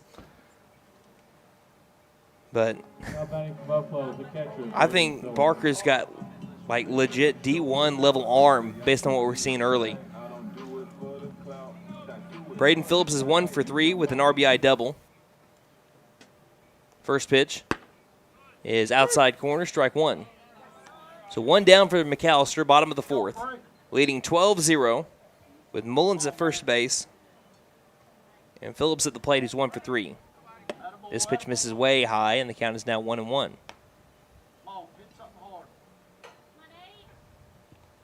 (12-0) the score. And the next pitch, this will miss down low. So we've gone, as we have a back pick at first base, got Cannon Mullins. 2 outs on the base paths here for the Buffaloes. And it's been from the catcher, Barker.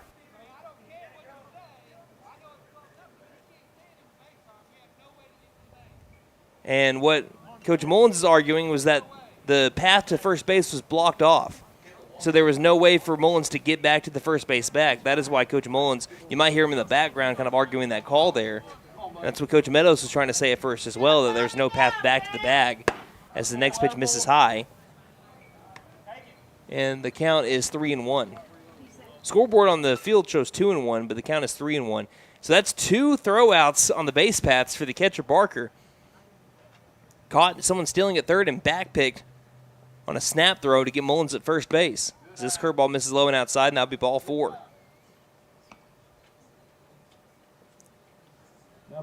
That is pretty incredible.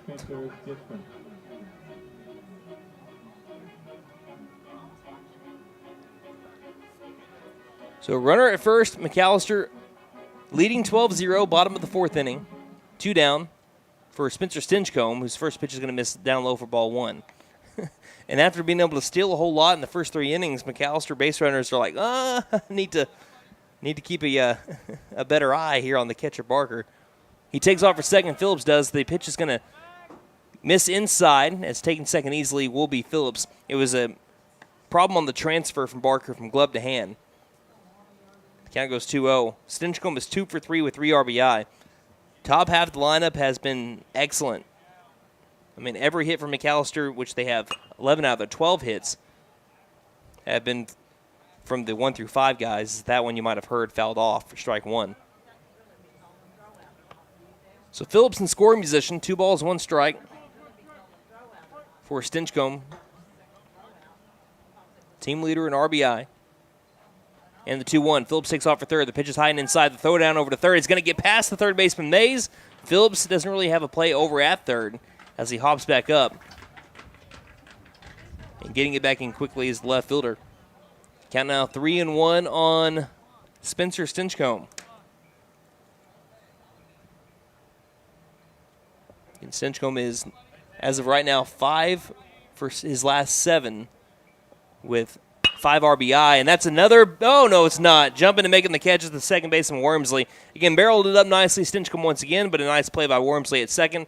Steals a base knock and steals a run from McAlester. If the Buffaloes can keep the Eagles from scoring 3 in the top of the 5th, they'll take a 5-inning run rule victory and get ready for game 2. It's 12-0 McAlester on top of Del City here on. Graduation is only a month away. And Finn Nissan and McAlester has some great deals to celebrate the graduate of your family. Come get a 2024 Nissan Kicks for only $299 a month. Or come get a 2024 Nissan Sentra for only $299 a month. And remember, we don't just sell great vehicles, we buy them too.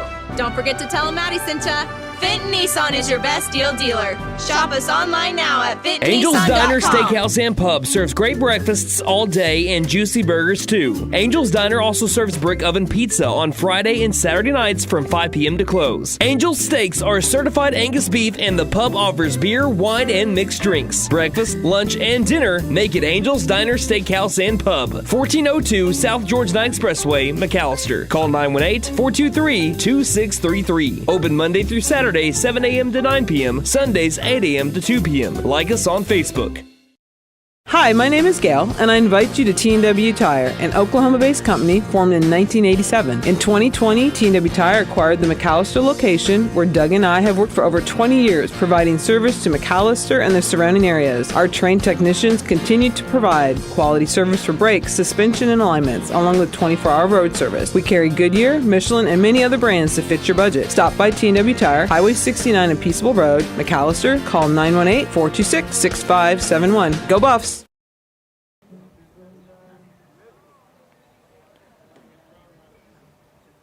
McAlester looking to end game one early as we are approaching the hour and 20-minute mark of this one. Buffaloes again lead 12-0. Top of the fifth inning. It'll be the bottom of the order up for Del City. 8-9-1 batters, actually. It'll be Kamari Wormsley, Blake Unruh, and Blake Barker. 8-9-1. First pitch high for ball one to Wormsley. Les now, out of his, now this is his fifth appearance, he's looking to have a complete game in 4 out of his 5 pitching appearances. This one's going to be swung on and missed for strike one. For the count to now be 1-1. Wormsley grounded into a fielder's choice, 4-6 fielder's choice back in the second. The pitch, swung on and missed for strike two. Les now has given up an opening game hit. He's been lights out since. 1-2. Misses above the letters. Count is now 2-2.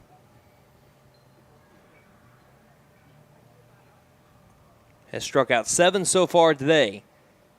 And the senior will have to wait for strikeout number 8 as that one's fouled off of the tunnel and it rolls all the way back to the first baseman, Jackson Morgan. That's a nice little slow grounder by the backstop, by the tunnel. Again, I believe the count is at 2-2. Scoreboard shows it at 1-2, but it should be 2-2. The pitch from Les now, a little bit of a shimmy, and the strikeout. Got him with the bender. Out number 1. Sit him down, throw it around. Strikeout number 8 for Les now. Batting left fielder, Jackson. Again, it's just really fun watching Caden Les now pitch. He exudes a confidence, a swagger on the mound, and it reflects on the entire defense. One down brings up Blake Unruh. Struck out swinging his first time. Here's the windup of the first pitch to the righty. That one's right at the knees, strike one. It's hard to lower a 0.93 ERA, but Lesnau's trying to do it. The 0-1. This will be fouled directly off the plate and rolls right, and the count is 0-2. 0-2 on Unruh. Looking for K number 9. That's now tapping that left foot. Begins his windup, the shimmy again, the 0-2. This will be a grounder, first base side, slow roller. Morgan fields it, has to flip over to the pitcher. Les now covering for out number 2. That's our second 3-1 ground out of the day, and the Eagles are down to their final out. Blake Barker up. The catcher, Mr. Barker. Barker, the only hit for the Eagles today with the triple to right center field, and he's grounded out to short. And he also showed off his arm in the previous half inning behind home plate. Digs in, working with I believe that's the workman's batter gloves, as the first pitch is going to be fouled off for strike one. What I mean by that, if you've ever seen anyone, like workers' gloves, that looks like, I believe that's what he's wearing, which that is not uncommon. I've seen a lot of people use those to get a really good grip. And that is what he is wearing. Count 0-1 on Barker. And the pitch. Swing and a miss for strike 2. Let's now finish game 1 with a strikeout. Looking for fine number 9. Count 0-2. The windup. And the pitch to Barker. This one's going to have to wait. Change-up didn't go where he wanted it to. Short-hopped it to the catcher, Phillips. We'll do it again at 1-2. Buffalo's trying to complete the shutout. Less now. Again. This one's going to have to be played again. This is going to be fouled out of play over towards the sea of concrete. Count at 1-2.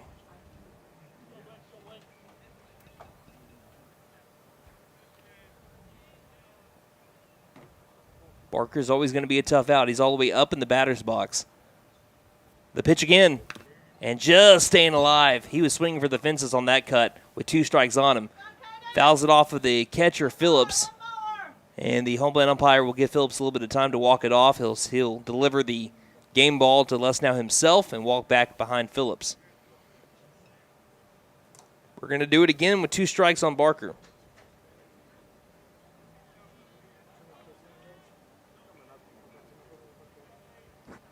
Lesnow threw 36 pitches in his first 2 innings. Since then, has just thrown 23. The 60th pitch of the game will be fouled off again. Barker staying alive. Count 1 ball, 2 strikes.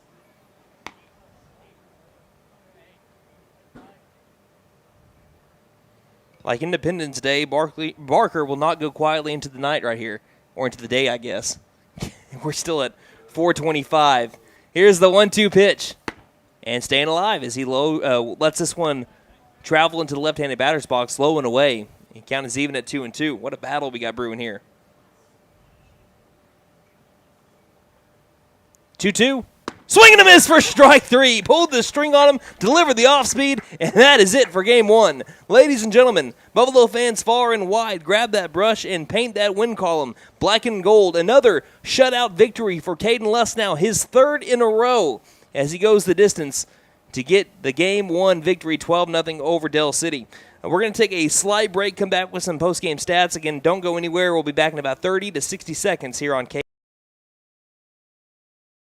Beat the heat with American Standard Heating and Air Conditioning and Freeze and Flare, your local champs for cool perfection. Proud McAlester Buffalo supporters. Score with financing offers upon approved credit. See dealer for details. Call 918-217-8785 or visit freezeandflare.com to hit it out of the park.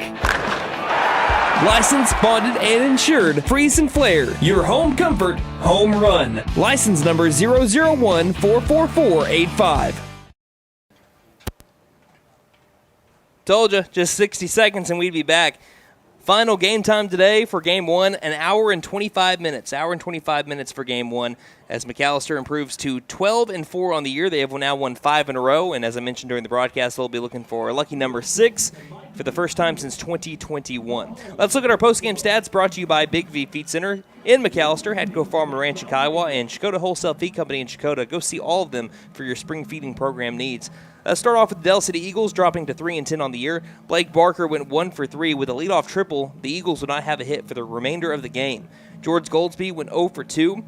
Jacob Bazell went 0 for 2 with a strikeout. Austin De La Cruz went 0 for 1 with a walk and a ground out. Dylan Simmons 0 for 2 with 2 groundouts to first. Josh Hardiman went 0 for 2 with 2 strikeouts. Same way for Ari Mays at 0 for 2. Kamari Wormsley went 0 for 2, and Blake Unroot went 0 for 2. George Goldsby does get the loss for the Eagles. Jacob Bazell came in the 4th inning and just gave up 2 runs. There was only 1 hit for the Eagles. The pitching staff had 1 strikeout that was from Goldsby, but they gave up 9 free passes and 2 errors today by the Eagles, just 2. Looking at the McAlester Buffaloes, again improving to 12-4 on the year, led by head coach Justin Mullins. Gunnar Hodgel went 3 for 4 with an RBI. He actually went 3 for 3 with an RBI, 3 for 3 with a ribby. Caden Lesnow ended up going 2 for 4 with 3 RBIs, including an RBI triple and a 2 RBI double. Gannon Mullins went 3 for 3 with 3 RBIs, including 2 doubles. Braden Phillips 1 for 3 with an RBI. Spencer Stinchcomb 2 for 4 with 3 RBI. Jackson Lauerman 0 for 1 with a pop-up bunt and then walked his final 2 plate appearances. Ethan Watkins extended his hit streak to 6 games in a row with a single in between 2 walks, so going 1 for 1 today. Jackson Morgan 0 for 3, and Jordan Clark 0 for 1 with a fly out to short in between 2 walks. McAlester tallied up 12 hits, 11 of them from the 1 through 5 batters. and Lustow struck out 9, walked only 1, and only 1 error by McAlester today. So that is our final from Game 1. 12-0 the final score. McAlester looking to sweep Del City, and again, if they do so, not only do they win 6 in a row, they guarantee a top 4 spot in 5A4. As, again, if Durant didn't take one from Coweta, they would have already done it, but since Durant took one from Coweta, it's a win today, meaning a top 4 finish when the end of the season comes up. Well, at least the end of the district schedule comes up at the end of April. So we'll have about 20 to 30 minutes in between Game 1 and Game 2. We'll be back here momentarily. If you're on radio, we encourage you to stick around here on K&D and enjoy Wyatt the Cadillac Kid spinning some of the best classic country tunes around. And if you're on the video stream, then can just stay tuned. We'll be back here momentarily on K&D.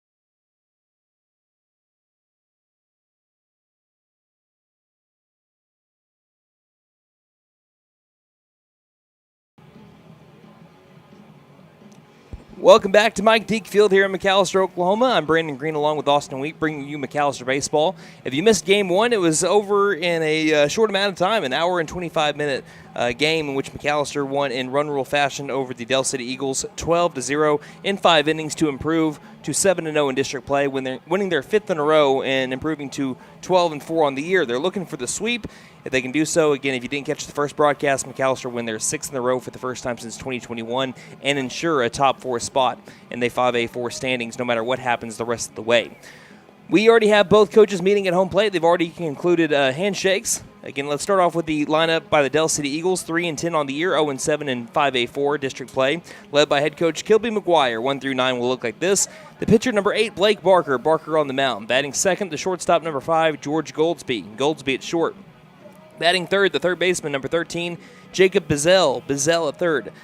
Batting cleanup, the designated hitter, number 19, Austin De La Cruz. De La Cruz, the DH, for the right fielder, number 10, Blake Unruh. Unruh in right field. Batting fifth, the center fielder, number 12, Dylan Simmons. Simmons in center field. Batting sixth, the first baseman, number 21, Josh Hardiman. Hardiman at first. Batting seventh, the catcher, number 7, Ari Mays. Mays behind the plate. Batting eighth, playing second base, number 1, Kamari Wormsley. Wormsley at second, and rounding out the starting 9 for Del City, the left fielder, number 2, Jamarian Jackson. Jackson in left field. Now for the McAlester Buffaloes, 12-4 on the year, perfect 7-0 in district play, looking for their 4th consecutive district sweep, led by head coach Justin Mullins.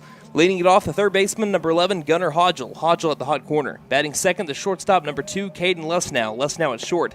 Batting third, the pitcher, number 6, Gandon Mullins. Mullins on the mound. Batting cleanup, the catcher, number 8, Braden Phillips. Phillips behind the plate. Batting fifth, the first baseman, number 21, Aiden Shumway. Shumway at first. Batting sixth, the second baseman, number 1, Spencer Stinchcomb. Stinchcomb at second. Batting seventh, the left fielder, number 3, Jackson Lauerman. Lauerman in left. Batting eighth, the center fielder, number 10, Ethan Watkins. Watkins in center. And batting ninth, rounding out the starting 9 for the Buffaloes, right fielder, senior, number 4, Jaden Cheney. Cheney in right field. We're about to have our first pitch, brought to you by Big V Feed Center in McAlester, Hadco Farm and Ranch in Kiowa, and Chakota Wholesale Feed Company in Chakota for your spring feeding program needs. Again, looking one more time around the diamond for McAlester, Shumway at first, Stinchcomb at second, Lesnow at short. At third base, Gunnar Hodgel. In left field, Lauerman, center field, Watkins, Cheney in right, and the battery for the Buffs, Phillips behind the plate, and Gannon Mullins on the mound. Mullins' line so far this year, a 2-1 record, 18 innings pitched, a 5.83 ERA, 29 strikeouts to 24 walks, a 177 batting average against him. His first pitch strike percentage right now at 44%, and looking to build off of his stellar outing that he had 6 days ago, that would have been 8 days ago against Tulsa Memorial, in which he struck out 13 in the 5-inning run rule win over the Tulsa Memorial Chargers. So there's the throw down from Phillips. Blake Barker will dig in. He had the only hit for the Eagles, and it was on the second pitch of the game. Back in the previous game, it was a triple into the right center alleyway, and that will bring him up to the plate. Righty on righty matchup. Already playing deep in right field is Cheney. Watkins, kind of a medium depth, and left field, same way for Lauerman. Here's the windup as Mullins is ready, Barker's ready. The first pitch of the game is high for ball 1 with the fastball, and it's time for game 2 here in the Heartland. And Barker went 1 for 3. He tripled, grounded out to short, and struck out swinging in his 3 at-bats. The 1-0. This one will miss the zone as well, and the count goes to 2-0. Yeah, Barker ended the last game with a strikeout. That was the final out of the 5th inning to conclude the complete game shutout for Caden Lesnow. So this is a second consecutive at-bat as the 2-0 clips at the bottom part of the zone with the fastball to move the count to 2-1.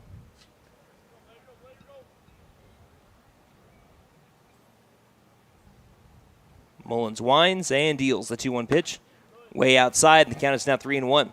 For the second consecutive game on the mound, Mullins rocking the left wrist tape, that black tape on his left wrist. Hitter's count right now for Barker, though, at 3 balls and 1 strike. Here's the windup and the pitch. 3-1 outside corner. Count moves to full, 3 balls and 2 strikes. For Barker, he's rocking the sunglasses in the right-handed batter's box. Those shadows can be a hindrance to a batter. So here comes the 3-2. Pops it up right side, but well out of play, and we'll do it again at 3-2.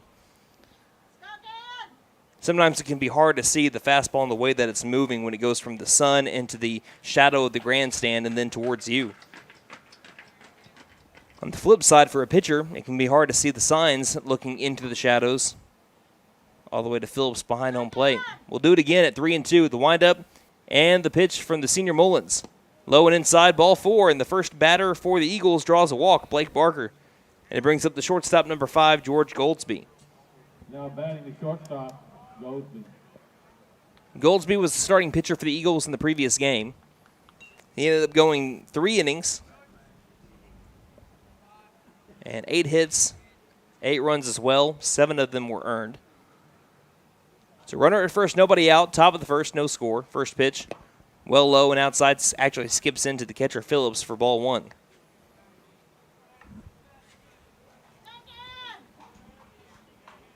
Goldsby in the previous game went over 2. He struck out looking and then reached on an E5. Good lead at first base. And they'll pick off over there, and it's going to bounce past Shumway and go all the way to the fence. It bounces back over to Shumway, though. Keep the runner at second base. Here's the throw back to second, and there was a close play at the bag. Les now can't apply the tag in time, but it's still going to go down as an E1 to allow Barker to move his way over to second base. Now into scoring position, the Eagles.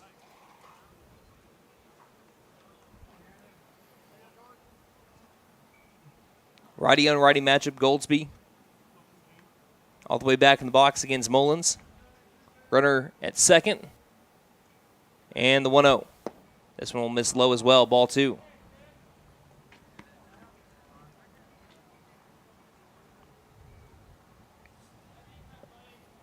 Les now completed a, obviously complete game shutout. 1 hitter. Struck out 9 in the previous game. Del City threatened in the first inning of that game as well. The 2-0. Big secondary as the pitch misses high. And now it's 3-0 on Goldsby.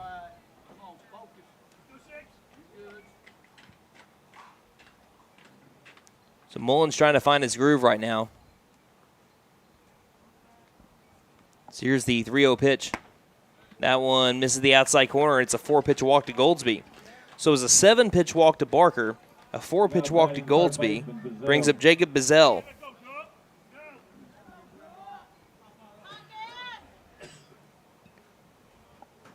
Bizzell, the third baseman, started the last game at catcher, came in to pitch, and now playing third. Shumway at first base playing in front of the runner. First pitch. Misses low for ball 1. And a delayed steal throw over to third is going to get past the third baseman, Hodgel. It's going to allow a run to score for Del City. Goldsby's going to round second, take a big turn. And that's another error on McAlester as they're playing pretty sloppy here to begin the game. A delayed steal by Blake Barker.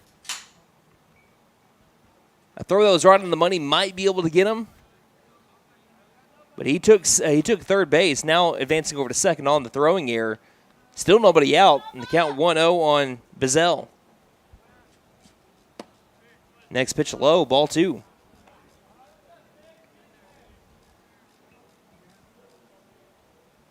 So far it's been, I think, 13 pitches for Mullins. 2 of them strike so far. 3 of them strike so far. The 2-0.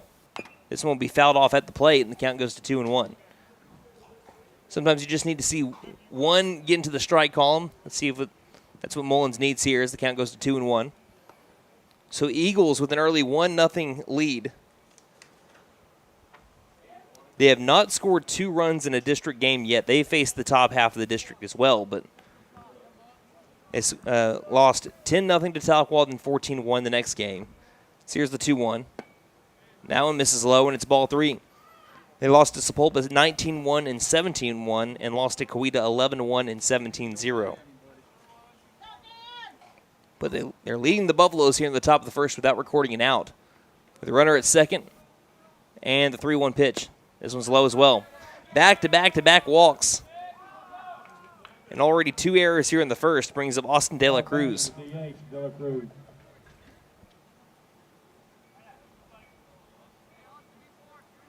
De La Cruz, a lefty. Buffaloes want nothing more, I can promise you, than a double play ball here. First pitch to De La Cruz, swings and misses for strike 1. So an early Dell City 1-0 lead, top of the first. Nobody out. Runners at first and second. Mullins takes a deep breath, and the 0-1. This one right back into the groove of things as he fills his zone for strike two. So well ahead against the lefty De La Cruz, 0-2 the count. De La Cruz was 0 for 1 in the previous game with a walk and a ground out to second. 0-2 pitch. Swing and a miss for strike three. That's how you get back into it. Good morning, good afternoon, good night. 3 pitches, 3 strikes to De La Cruz, and that's out number 1 for the Buffs in the top of the first. Brings up Dylan Simmons, the center fielder. And the righties giving Mullins a little bit of trouble here early with 3 walks, but then gets the strikeout on the lefty De La Cruz. We're back to a righty, Dylan Simmons. First pitch, and this will be fouled straight to the backstop for strike 1. But that's now 4 consecutive strikes to Mr. Gannon Mullins. And I can't say enough. I mentioned it in the previous game, but I love the Oklahoma State flag on the back of the Dell City hats. It's just, it's a great touch to their ball cap. As the 0-1. Curveball. Fooled Simmons there. What a pitch. Count moves to 0-2.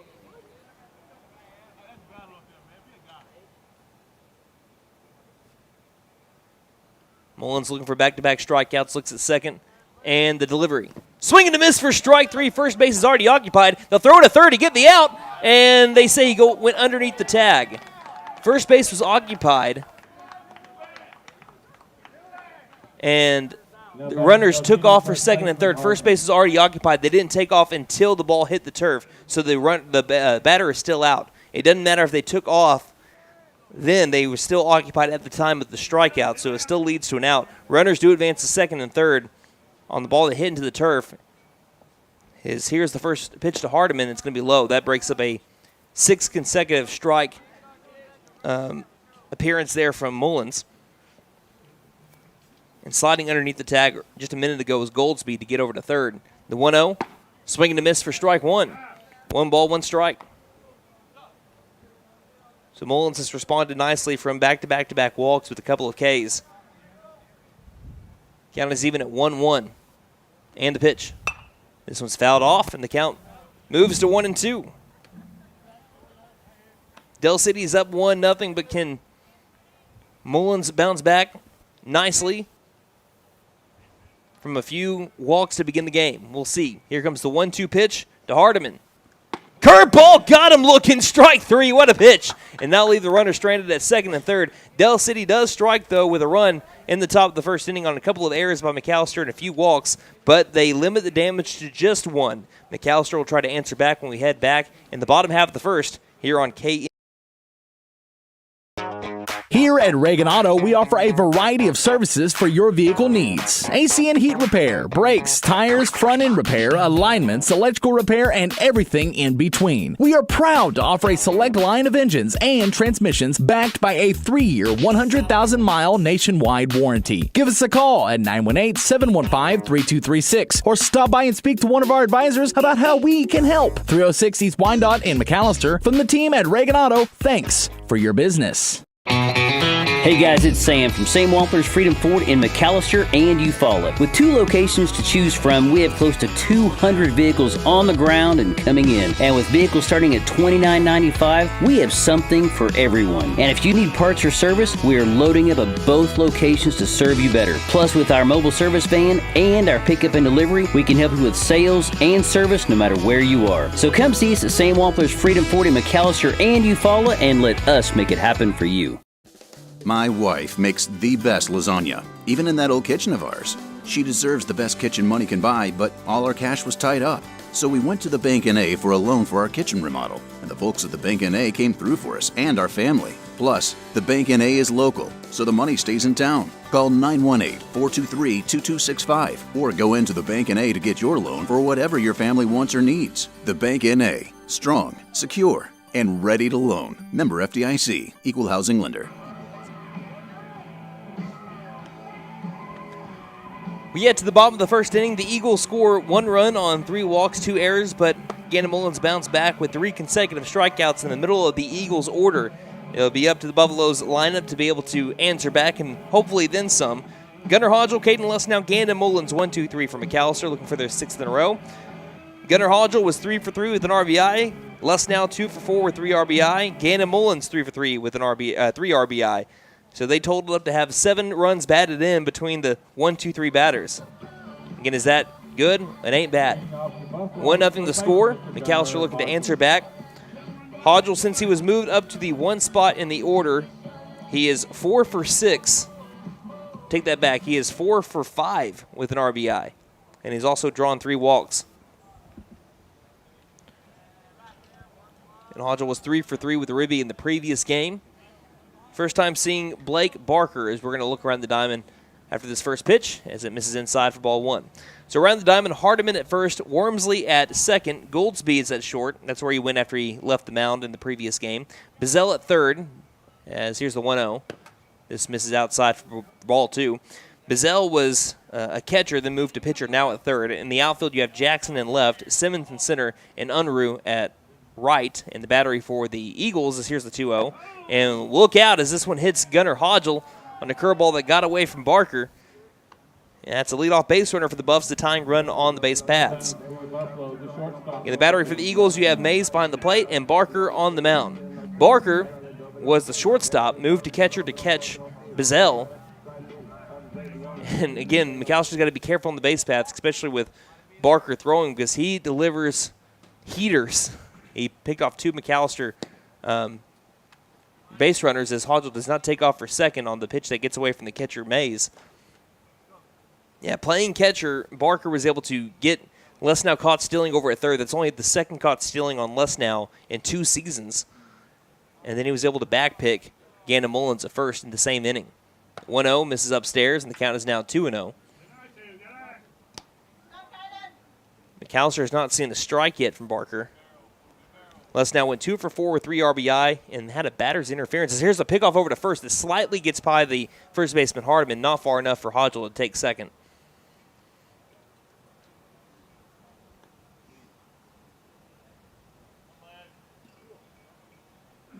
Barker takes a peek over at first, and the pitch. This one's going to be a grounder right side, chance for a double play. And it eats up the second baseman, Wormsley. Rounding second will be Hodgel. He'll get to third as the ball will be held by the right fielder, Unruh. And that'll be an E4. That allowed Caden Lesnow to reach first base and brings Hodgel from first over to third. And if you don't play on turf a whole lot, you're not used to that hop. And that went from turf all the way up to the eye level of Wormsley in, no pun intended, the blink of an eye. And that brings up Gannon Mullins. Ball does play fast on turf. It makes me not be upset that I'm not playing third base anymore.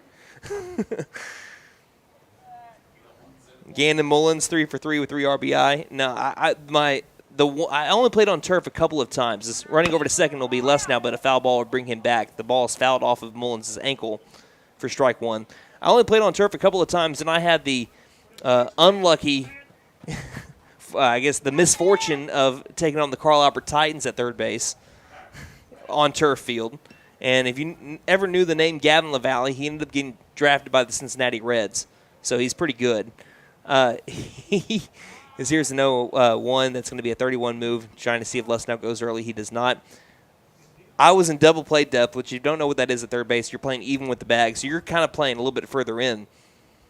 And he hits a screamer right at me, and all I can remember is, don't let it go past me. And it hits me in the chest as Lesnow takes off for second. Here's a high fly ball. Should be deep enough to be able to score Hodgel. Goes to the center fielder, Simmons. Simmons tracks it down, does make the catch. Tagging up is Hodgel, and the McAlester Buffaloes tie the game on the sac fly from Gannon Mullins.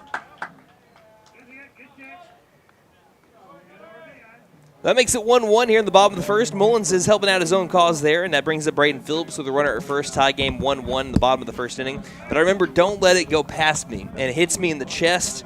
I remember picking it up real quick. Adrenaline's rushing. I get him out over at first base. But then I just remember getting to the dugout and thinking, I can't breathe. First pitch misses outside for ball 1. And from that moment on, if I was playing on a turf field and I knew there was a slugger at the plate, I was like, I'm going to step back a couple of steps. It's still going to get to me in time if it's hit my way. 1-0's the count. Lesnow still at first. He goes to second. Here's the pitch. It's a ball. The throw down to second. Almost gets in the outfield, but a nice running grab by the shortstop Goldsby, going all the way from the shortstop position across the bag to make the grab. But now Les now is in scoring position for Braden Phillips. Count 2-0 on Phillips, who went 1 for 3 with an RBI double in the previous game. 2-0 from Barker. It's a high strike call, high outside, moves the count to 2-1. Phillips is back on Saturday. He went 1 for 3 with an RBI in that game as well. So for his last 2 games, 2 for 6, 2 ribbies. Spin move, Les now back over to the bag. But not very far. He just took a couple of steps back, almost like he's daring Barker to throw that ball. 2-1 pitch. Chopper, third base side. It will be snagged by the pitcher. Looks over at third. There's no play there. And Barker delivers a strike over to the first baseman, Hardiman, for out number 2. So it's a 1-3 ground out that brings up Aiden Shumway. Shumway didn't play in the last game, but he's riding a 11-game hit streak right now. Team leader in batting average at .524, on-base percentage at .608, and batting average with runners and scoring at .579. Looking for his 10th RBI of the year. If he can get it, it'll give the Buffaloes the lead. First pitch. Fastball missing the outside corner for ball 1. He has Les now at third. McAllister's tied it with the sac fly from Gannon Mullins to make it 1-1.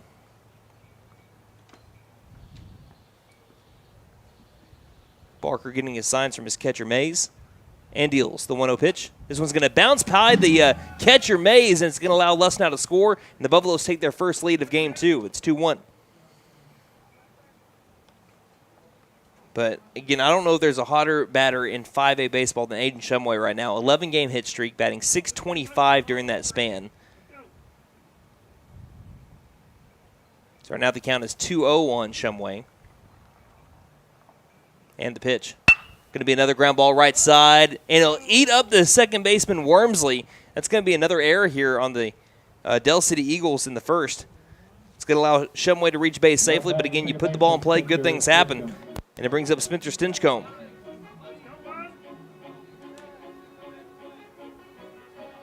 Stinchcomb, he went 2 for 4 with 3 RBI in the previous game.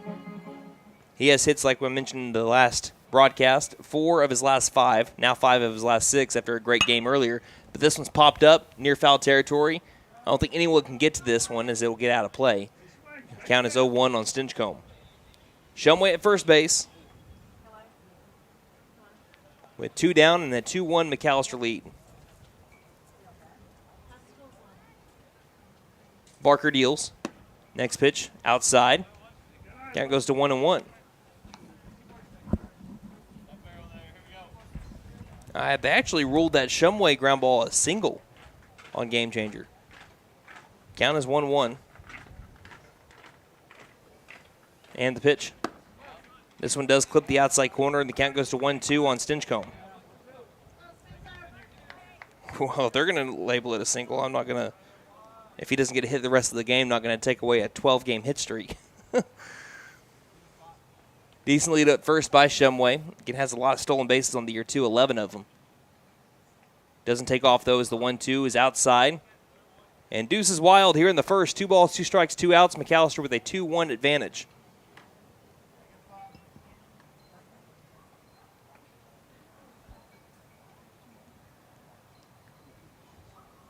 And the pitch. Shumway takes off. Fly ball, right field. This one playable. Over towards Unruh. Unruh staring up into the blue sky. Makes the catch for out number 3. But the Buffaloes do take the lead. Using an error and a hit by pitch, a sac fly. That all led to McAllister scoring a run after the pass ball. They scored 2. So we head to the second inning. McAllister with a 1-run advantage. You're listening to McAllister Baseball here on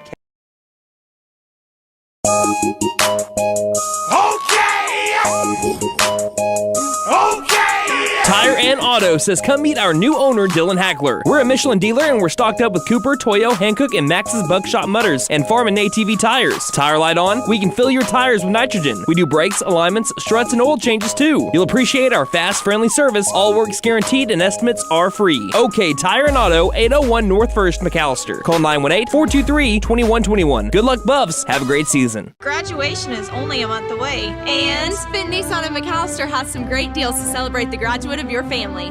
Come get a 2024 Nissan Kicks for only $299 a month. Or come get a 2024 Nissan Sentra for only $299 a month. And remember, we don't just sell great vehicles, we buy them too. Don't forget to tell them Maddie sent ya. Fenton Nissan is your best deal dealer. Shop us online now at fentonnissan.com. Angel's Diner, Steakhouse, and Pub serves great breakfasts all day and juicy burgers too. Angel's Diner also serves brick oven pizza on Friday and Saturday nights from 5 p.m. to close. Angel's Steaks are certified Angus beef, and the pub offers beer, wine, and mixed drinks. Breakfast, lunch, and dinner make it Angel's Diner, Steakhouse, and Pub. 1402 South George Knight Expressway, McAlester. Call 918-423-2633. Open Monday through Saturday, 7 a.m. to 9 p.m. Sundays, 8 a.m. to 2 p.m. Like us on Facebook.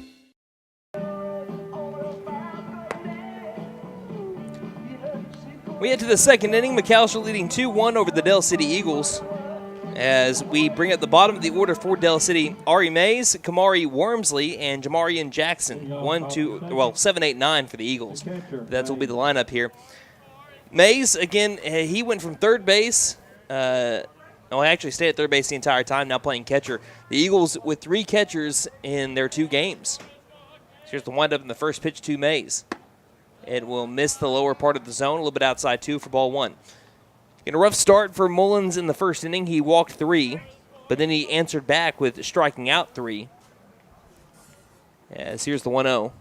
Swing and a miss for strike 1. A couple of errors did lead to the 1 run scored, but McAlester answered back with the 2 spot in the bottom of the first to hold this 2-1 advantage. Mullins winds and deals the 1-1. This one's going to miss well outside, and the count goes to 2-1. We had a call to or Buffalo roll call in the first game, but here's for game 2. Let us know where you're listening from on Twitter at Buff Sports Radio. As here's the windup and the 2-1 delivery from Mullins. This will skip in to move the count to 3-1. First pitch today was at 4:57. 4:57 for first pitch of game 2. Count goes to 3-1. Here on Mays from the righty Mullins. And the hitter's count pitch. Swing and a miss for strike 2. Count full, 3 balls, 2 strikes.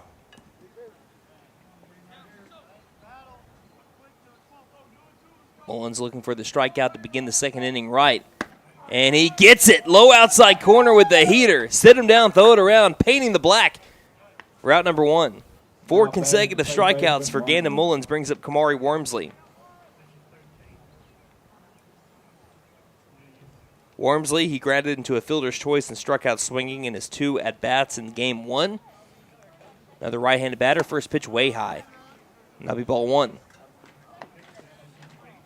Most of McAllister's crowd today gathered really along the fencing, I'd call it, as here comes the 1-0 pitch from Mullins. This one's going to miss below the knees for ball 2. A lot of people behind the tunnel, a lot of people in that pavilion next to the McAlester dugout along the third base side, and then past that over by the Hughes Fieldhouse. Here's the 2-0. That one misses low outside for 3 consecutive balls to Kamari Wormsley. As the concrete over by the, if you're looking at the McAlester dugout from where we're at in the press box along the first base side, concrete to the right side of the dugout, a new addition this year, as that's a 4-pitch walk to Wormsley. And the tying run is on the base pass for the Eagles. Brings up Jamarian Jackson, who did not have an at-bat, did not play for Dell City in game 1. Playing left field in this one.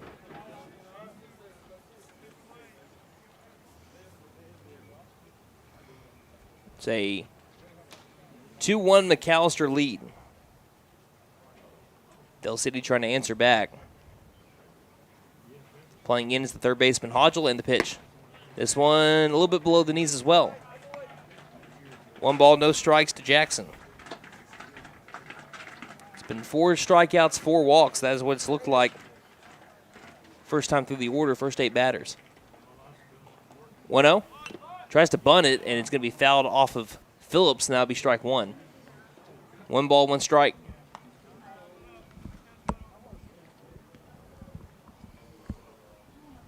By the way, the door to our press box is broken, so it takes some engineer level intelligence to be able to open up the door. Brandon broke it. I didn't break it. As this one's going to be fouled straight back for strike 2. 1 ball, 2 strikes. Allow that to be put on whatever record, whatever door record there is. Brandon broke a door. Not that door. I'm sure I've broken a door before in my life. I'm not going to say that over the air. Who actually broke it? Here's the 1-2. And it's going to miss up and inside for ball 2. 2 balls, 2 strikes. Yeah, Austin.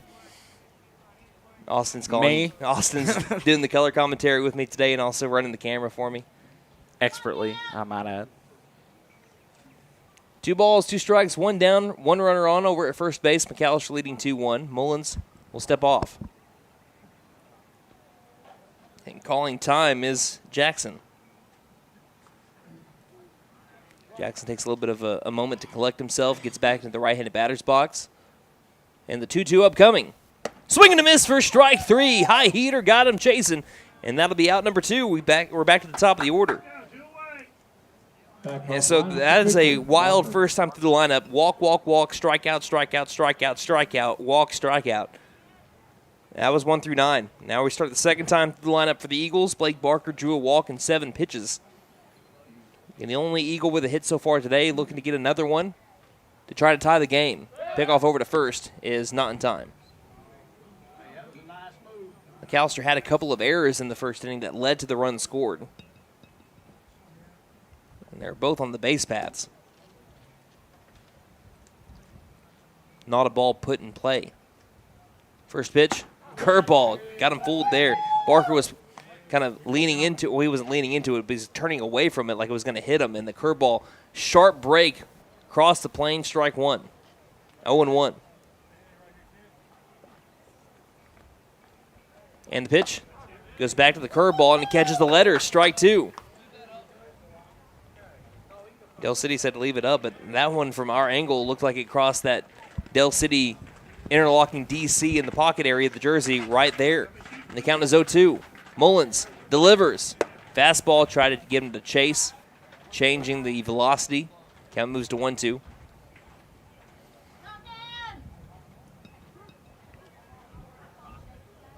Mullins looking for strikeout number 6 in 2 innings. 1-2. Grounder, third base side. This one will be fielded by the third base coach, Kilby McGuire. And we'll do it again at 1-2. Pitcher against pitcher here. Barker gave up a hit by pitch. Then an error, sac fly led to the tie game. Pass ball eventually led to a McAlester lead. Tying run at first here for Del City. Top of the second. 1-2 pitch. And it misses the outside corner, allows the runner to take second base as Phillips can't snag it in. I think that's not just a miss. I don't think that's just a drop. I think that's Phillips trying to frame it and bring it back in. Just pulled it a little bit too early to lead to that ball getting past him, and now the count is 2-2. With the runner in scoring position, that's the tying run. 2-2 to Barker. Hard hit line drive over to Lauerman. Lauerman will snag it as it was hit right to him. A drive straight to Jackson Lauerman in left field. That one was smoked, but the senior hauls it in with no problem for out number 3, and it keeps the game 2-1 advantage McAlester. Buffalo's trying to build off of it as we head to the bottom of the second inning. You're listening to McAlester Baseball here. Hi, my name is Gail, and I invite you to T&W Tire, an Oklahoma-based company formed in 1987. In 2020, T&W Tire acquired the McAlester location, where Doug and I have worked for over 20 years, providing service to McAlester and the surrounding areas. Our trained technicians continue to provide quality service for brakes, suspension, and alignments, along with 24-hour road service. We carry Goodyear, Michelin, and many other brands to fit your budget. Stop by T&W Tire, Highway 69 and Peaceable Road, McAlester. Call 918-426-6571. Go Buffs! Heat with American Standard Heating and Air Conditioning and Freeze and Flare, your local champs for cool perfection. Proud McAlester Buffalo supporters. Score with financing offers upon approved credit. See dealer for details. Call 918-217-8785 or visit freezeandflare.com to hit it out of the park. Licensed, bonded, and insured. Freeze and Flare, your home comfort, home run. License number 001-44485. Here at Reagan Auto, we offer a variety of services for your vehicle needs. AC and heat repair, brakes, tires, front-end repair, alignments, electrical repair, and everything in between. We are proud to offer a select line of engines and transmissions backed by a 3-year, 100,000-mile nationwide warranty. Give us a call at 918-715-3236 or stop by and speak to one of our advisors about how we can help. 306 East Wyandotte in McAlester. From the team at Reagan Auto, thanks for your business. Buffalo's bringing up the 7-8-9 batters here in the bottom of the second inning. Buffalo's leading 2-1 on the Del City Eagles. Blake Barker in for his second inning of work. Again, a leadoff hit by pitch led to a run scored. And then as Lustenau reached on an E4, he came around to score as well on a pass ball. That is how McAlester has scored their 2 runs. After having 12 hits in the previous game, looking for number 2. Again, according to game changer Aiden Shumway, his ground ball over to the second baseman was ruled a hit. So first pitch to Lauerman will miss low and outside for ball 1. Lauerman reached base, twice as this next pitch is in there for a strike to move the count to 1-1. He drew 2 walks after popping out on a bunt attempt in his first plate appearance. Wind up from Barker in the 1-1. This one will miss inside, and the count now in favor of Lauerman at 2-1. Barker's got himself into some deep counts, but he's always worked it back. The only time he gave up a free pass just in the first inning was the hit by pitch. Struggling to find the zone early, but then got into his groove as the inning went along. The righty deals the 2-1. This one bounces, and now it's a matter of getting back into the groove that he found near the end of the first, as that one landed in the left-handed batter's box. 3-1 the count.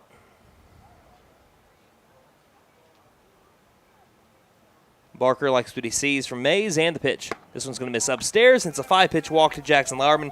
3 consecutive walks for him dating back to the last game. Yeah, the on-base percentage is going to keep on rising there for him. Lauerman came into the day at a .333 on-base percentage, so he's probably crossed the .350 mark by now at least. Brings up Ethan Watkins. Watkins with a 6-game hit streak coming into today. His first pitch is going to be popped up and out of play, and that'll be strike 1. Watkins is seeing it really well. Like I said, his average is now above 300. He's done that in the course of just 2 weeks, in the course of just 6 games. From 182 to over 300. Pickoff over to first, sliding back in safely as the ball came in and out of the hand of Hardman.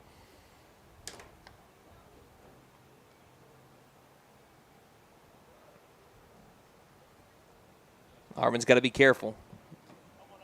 And he takes off for second. The pitch is a ball. The throw down to second is not in time. And sliding in with another stolen base is Jackson Lauerman. Second stolen base of the day, as that makes him at 6 for the season. Another run in scoring position for the Buffaloes with a 1-1 count on Watkins. And the pitch. That one's going to miss upstairs again, and the count is 2-1.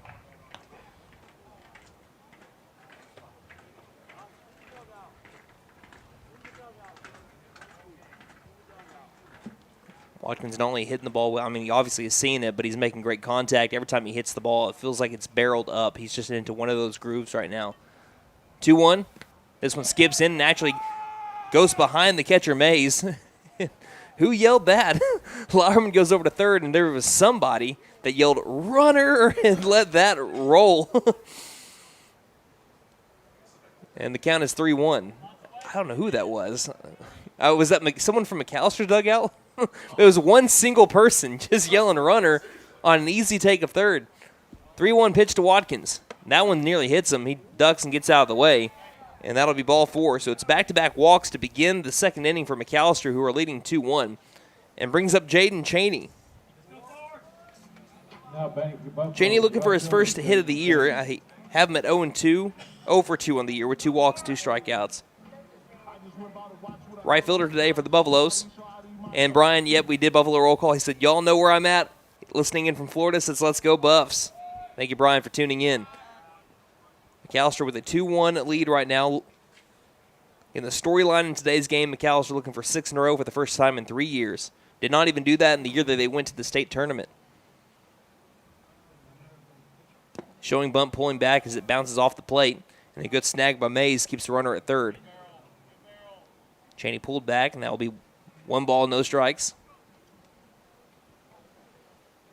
If McAlester does win this game, they'll be looking for 7 in a row tomorrow at 1 o'clock against Midwest City as Watkins takes off for second.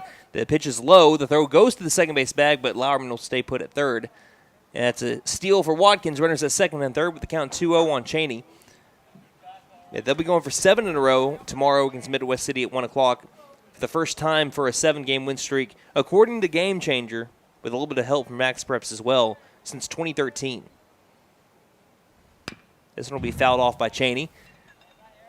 The count is 2-1.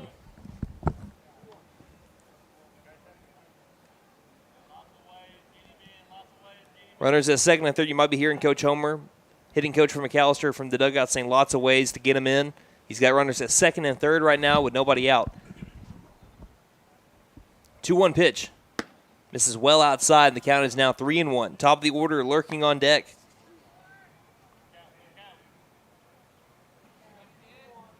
Three balls, 1 strike. Hitters count for the senior Jaden Cheney. Looking for 1 pitch to drive. 3-1. As he'll check at it, he'll leave it for the umpire to rule a strike. And the count has moved to 3-2. The black and gold trying to expand their lead.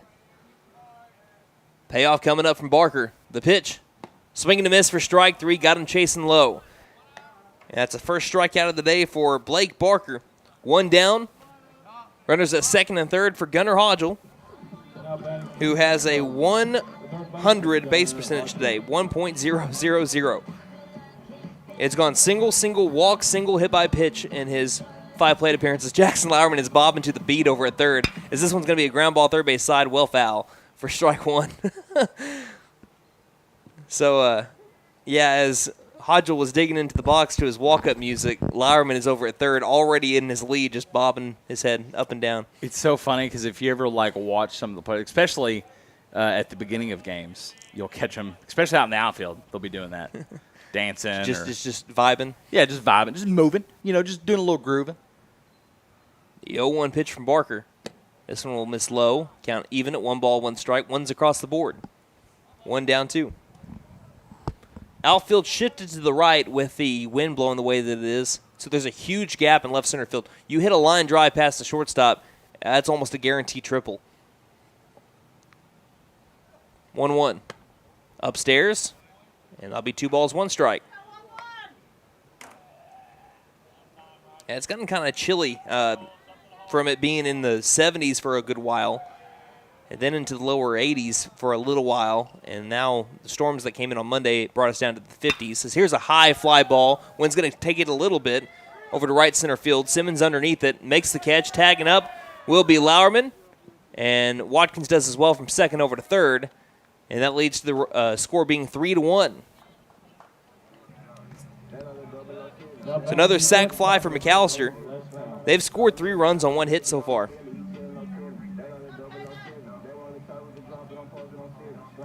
Second sac fly of the day brings up Caden Luss now with a runner at third base. Buffalo's leading 3-1 over Dell City. Luss now trying to bring in fellow senior. He reached on an E4 last time up. First pitch. Hard hit, line drive right up the gut. And this one will roll all the way towards the fence. There'll be extra bases again for Caden Luss now. He makes a turnaround second. He's going for triple number 6 on the season, and he'll be there. Sliding in, didn't need to do it.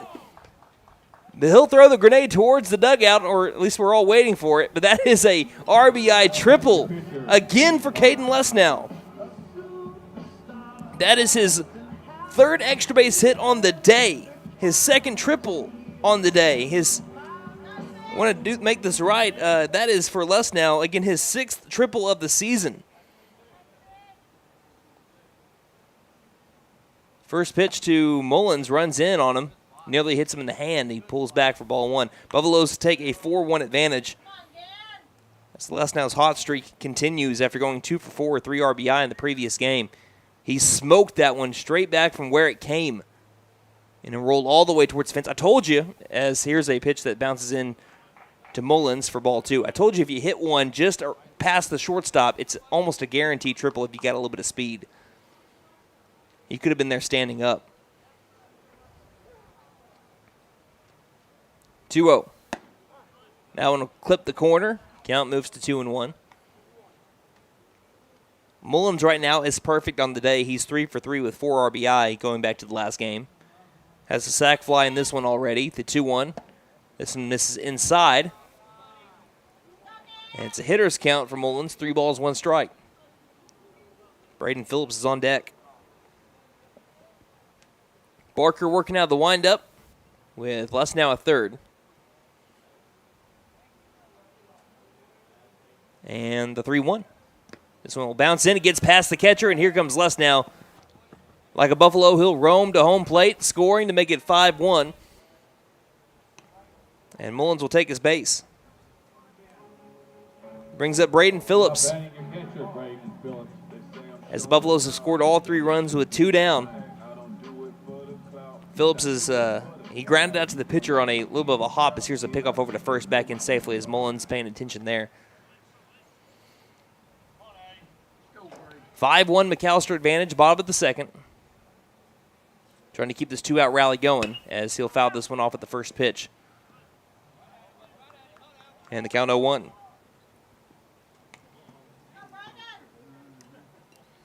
Phillips is a couple of feet here and there away from being 500 on the day. More than likely should have went 2 for 3 in the previous game. If it gets past the pitcher on the hop that he had in the previous at-bat, that would have been an infield single as this one gets away from the catcher Mays again. Allows Mullins to get to second base for Phillips. Phillips has loved having runners in scoring position this season. 64% of his hits have been with runners in scoring coming into today. He's batting .368 with runners in scoring and has 13 RBI on the year. As that one misses outside. So this is a hitter's count for Phillips, 3 balls, 1 strike.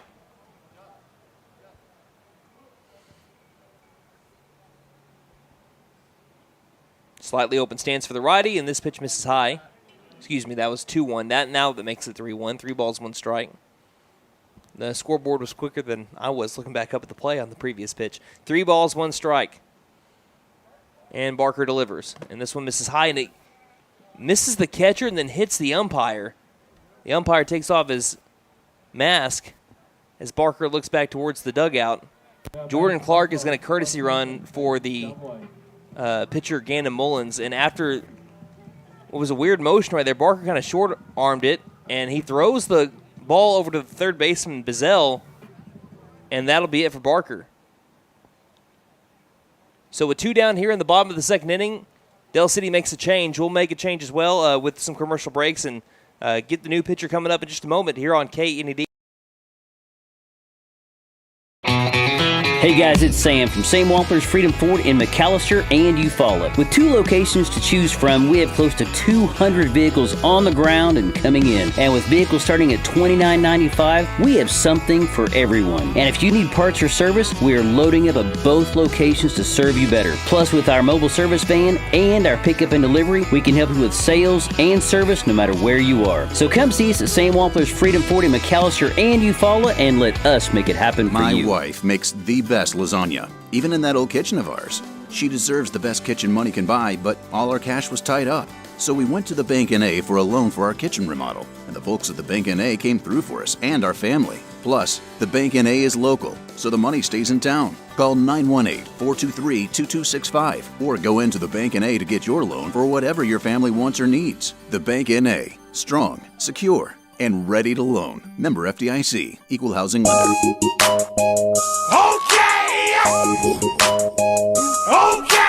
Tire and Auto says come meet our new owner, Dylan Hackler. We're a Michelin dealer and we're stocked up with Cooper, Toyo, Hankook, and Max's Buckshot Mutters and Farm and ATV tires. Tire light on, we can fill your tires with nitrogen. We do brakes, alignments, struts, and oil changes too. You'll appreciate our fast, friendly service. All work's guaranteed and estimates are free. OK Tire and Auto, 801 North 1st, McAlester. Call 918-423-2121. Good luck, Buffs. Have a great season. We have a call to the bullpen brought to you by Jet Tire Service. They've been serving Pittsburgh County and beyond since 1962. They offer 18 major tire brands and a familiar face on the mound for Del City, for McAlester. Jacob Bizzell, who came in the previous game, is now going to be relieving this game as well. He only threw in 1 inning, gave up only 1 hit, no earned runs, 2 walks. So he's back in for the Del City Eagles after, again, pitching in the previous game in relief. He comes into a runner at first and second situation with McAlester leading 5-1 in the bottom of the second. First pitch to Shumway misses upstairs. Both. We have a balk, though. So that ball will not count. It's a balk on the pitcher Bizzell, and that's how his outing starts. Puts runners at second and third. So take the ball off of the scoreboard Fresh count here on Aiden Shumway. That'll leave the runner stranded at second and third, but the Buffaloes do score 3 runs in the second to expand their lead to 5-1. You're listening to McAlester Baseball here on KNED.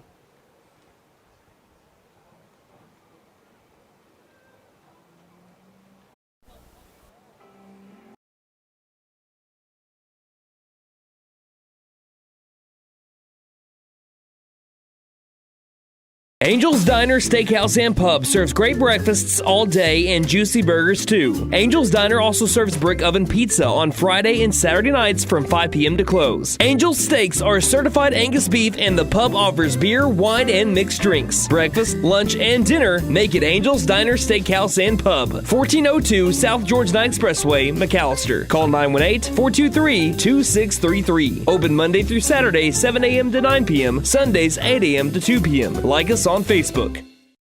Hi, my name is Gail, and I invite you to T&W Tire, an Oklahoma-based company formed in 1987. In 2020, T&W Tire acquired the McAlester location, where Doug and I have worked for over 20 years, providing service to McAlester and the surrounding areas. Our trained technicians continue to provide quality service for brakes, suspension, and alignments, along with 24-hour road service. We carry Goodyear, Michelin, and many other brands to fit your budget. Stop by T&W Tire, Highway 69 and Peaceable Road, McAlester. Call 918-426-6571. Go Buffs! Beat the heat with American Standard Heating and Air Conditioning and Freeze and Flare, your local champs for cool perfection. Proud McAlester Buffalo supporters. Score with financing offers upon approved credit. See dealer for details. Call 918-217-8785 or visit freezeandflare.com to hit it out of the park.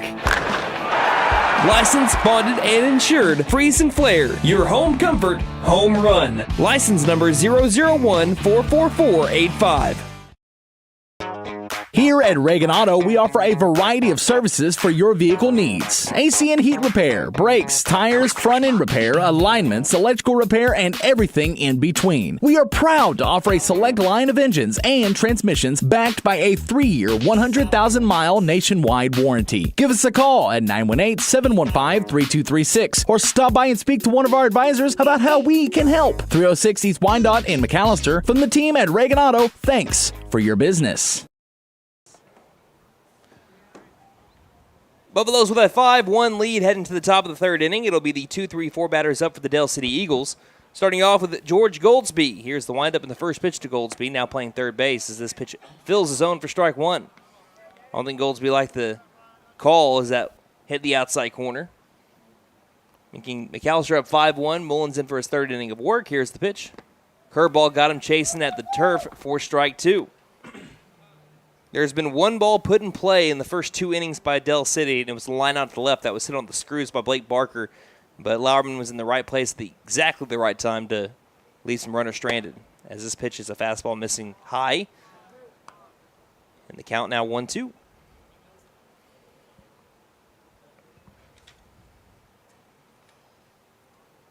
Wind up in the 1-2 pitch. Curveball right down the middle. Strike three. Dirty pitch from Gannon Mullins for out number one. That was dirty as can be. Turning away from it was Goldsby, and it went right down Broadway. He's got a sharp break to that curveball today. It's working exactly the way he wants it to work, as that is strikeout number 6 for Gannon Mullins, and it brings up Jacob Bizzell. First pitch to Bizzell. This will be fouled straight back for strike one. Bizzell walked in his first plate appearance. It's a 5-1 McAlester advantage. One down, nobody on for Del City, top of the third. 0-1 pitch. And that one misses up and outside with the fastball. Count even now at one ball, 1 strike.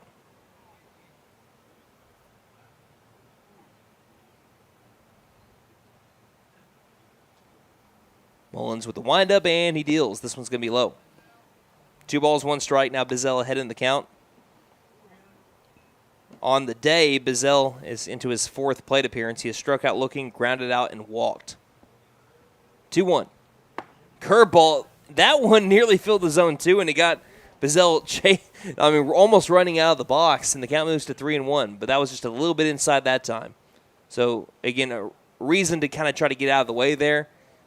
But that almost fell for a strike. The 3-1 will skip off the plate straight over to Phillips, and it'll be a walk. So Bizzell walks again, and it brings up Austin De La Cruz.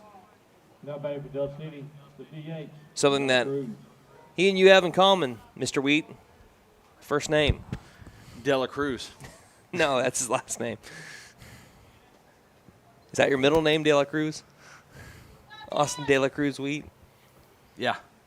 It's almost exactly what it is. First pitch.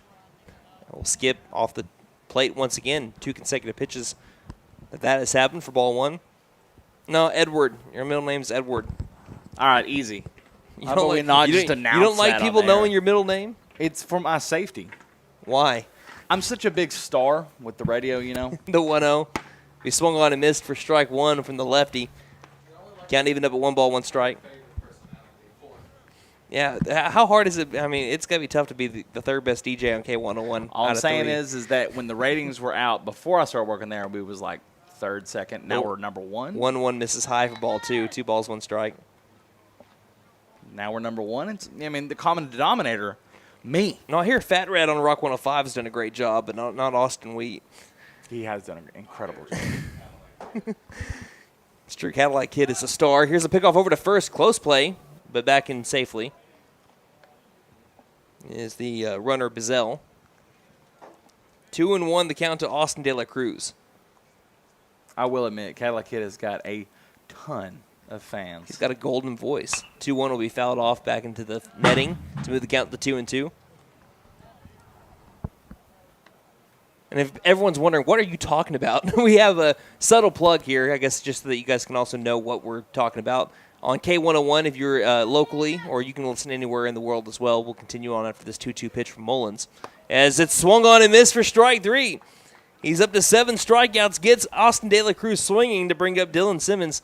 Now 2 down with a runner at first. Buffalo's leading 5-1 in the top of the third for the new batter, Dylan Simmons. But on K101.3 FM locally, you can hear Todd Allen in the morning, myself in the midday from 10 to 2, and then Austin in the afternoon from 2 until 6 on K&D, this station if you're listening on the radio. As here's the first pitch that's going to miss low for ball 1. You can catch our board operator that's actually back at McAlester right now working the radio side of things. You can catch his midday show from 10 until 2 on 98.3 FM, 1150 AM. If you want to listen from anywhere in the world on both those stations, again, K101 plays today's best country. As here's the 1-0, misses outside for ball 2. You can listen on the KMCO app. Just type in KMCO and you'll be able to find our logo. Or you can go to McAllisterRadio.com and click on the KMCO tab. Same way it works for K&D. It's a pickoff to first, not in time. The throwback goes to the third baseman, Hodgel. And that is why you back up every throw on the throwback over to the pitcher. But K&D tab on McAllisterRadio.com for K&D, KMCO for K101, and also we have the K&ED app where you can listen to every McAlester baseball, football game. As we have a error almost to flip back over to first. Look at Spencer Stinchcomb go. A ground ball to first base, hit off of Aiden Shumway, and Spencer Stinchcomb saves an error and ends the inning. It bounced straight to Stinchcomb, who fielded it and flipped it over to Shumway, who gathered himself well back of the bag for out number 3. So that leaves the runner stranded. We head to the home half of the third inning. McAlester leading 5-1 here on. Hey guys, it's Sam from Sam Wampler's Freedom Ford in McAlester and Eufaula. With 2 locations to choose from, we have close to 200 vehicles on the ground and coming in. And with vehicles starting at $29.95, we have something for everyone. And if you need parts or service, we are loading up at both locations to serve you better. Plus, with our mobile service van and our pickup and delivery, we can help you with sales and service no matter where you are. So come see us at Sam Wampler's Freedom Ford in McAlester and Eufaula and let us make it happen for you. My wife makes the best lasagna, even in that old kitchen of ours. She deserves the best kitchen money can buy, but all our cash was tied up. So we went to the Bank N.A. for a loan for our kitchen remodel, and the folks at the Bank N.A. came through for us and our family. Plus, the Bank N.A. is local, so the money stays in town. Call 918-423-2265 or go into the Bank N.A. to get your loan for whatever your family wants or needs. The Bank N.A. Strong, secure, and ready to loan. Member FDIC. Equal housing lender. After taking a long time to just tell everybody what we do when we're not doing sports in the previous half inning, we head to the bottom of the third inning. McAlester is leading 5-1 over Dell City. We have Braden Phillips, Aiden Shumway, Spencer Stinchcomb No, actually, I didn't get Braden Phillips from the previous at-bat, so it's Aiden Shumway, Spencer Stinchcomb, Jackson Lauerman up for McAlester to begin the third inning. As, again, Phillips had a 4-3 ground out to end the second back in the previous frame. I'm missing a couple. What am I doing? I'm all kinds of off. It is Spencer Stinchcomb, but I didn't get Phillips or Shumway's last couple of at-bats on my game sheet here. So we had, Phillips ended up walking, and then Stinchcomb actually lined out to the second baseman. That's how we ended the second inning. It's the first pitch to Stinchcomb is high for ball 1. So, Phillips walked, Shumway lined out to second. We're back on track. Stinchcomb with a high fastball for ball 1. And now we're in the bottom of the third. 1-0 pitch. This one misses outside for ball 2. Bazell in for, technically on his day, this will be his third inning of work. Came in relief in the previous game and now came in with 2 down in the previous half inning. And the line out led to the out to escape the jam. Next pitch fills the zone. And it is, I believe, 2 balls, 1 strike. Yep, 2-1. The next pitch to Stinchcomb. This one catches the outside corner, so the count is now even, 2-2. Mays still the catcher. Goldsby has moved from short over to third. Barker has moved from the mound to short, where he started the previous game. The pitch from Bazell. Fouled back. Count again at 2-2. So McAlester will play Midwest City tomorrow. Again, that's not a district game. It would have been if it was last year. McAlester played 3 games against Midwest City a year ago. They lost the first one 8-6, but then run-ruled them in back-to-back games after that, 13-0 in a perfect game. Here's a high-hit fly ball, deep center field, still carrying. Going to get over the center fielder Simmons' head. Rounding first will be Stinchcomb. He's got extra bases, maybe a triple. Round second, going for 3. He'll get it with ease. A stand-up triple for Spencer Stinchcomb to start off the third inning with a bang. McAlester has had a lot of extra base hits in our last 2 games. More often than not, your base hits are singles. They have now hit their 1, 2, 3, 4, 5, 6th, 7th extra base hit of this doubleheader. And it's just the bottom of the third. Brings up Jackson Lauerman. First pitch fouled off of the catcher for strike 1. Lauerman walked his first time up. He is 0 for 1 on the whole day. His first pitch that he saw, he tried bunting, popped it out to the pitcher. Then he's walked 3 consecutive plate appearances dating back to the last game, the 0-1. Curveball hits him. Tried getting out of the way, but it hits him in the calf, and that's another free pass to Jackson Lauerman. That's 4 in a row as that on-base percentage continues to skyrocket. And it brings up Ethan Watkins. Lauerman is smiling the whole way down over to first, looking over at Coach Meadows. I tried getting out of the way, man. I tried. Watkins walked his first time up. He's trying to extend a hit streak, where he's had 6 games in a row with a hit. He has not been retired today. He's walked 3 times and singled in his last game. Runners at first and third, nobody out. Buffalo's leading 5-1. First pitch to Watkins, and he pops it up off the top of the bat, straight to the pitcher. They're going to double up Lauerman, and they will. Out over at first base, and that's a 2-for-1 special. Lauerman was taken off for second with the pitch. Hit off the top of the bat. By the time that Lauerman knew where it was, he couldn't get back to first in time. That will be the old 2-for-1 special.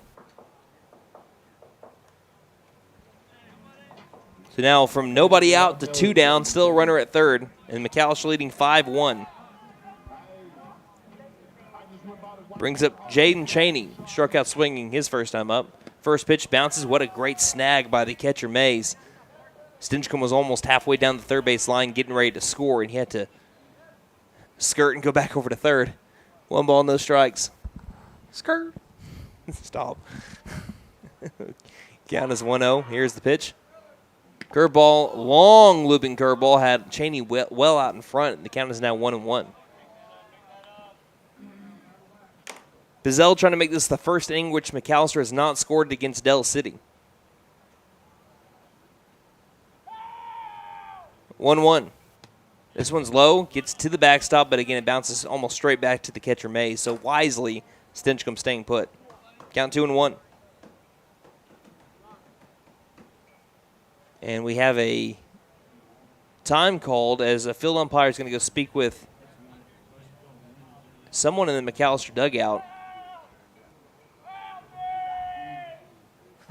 I wonder if it's him. Whoever's screaming there. I'm just going to let him call this next pitch.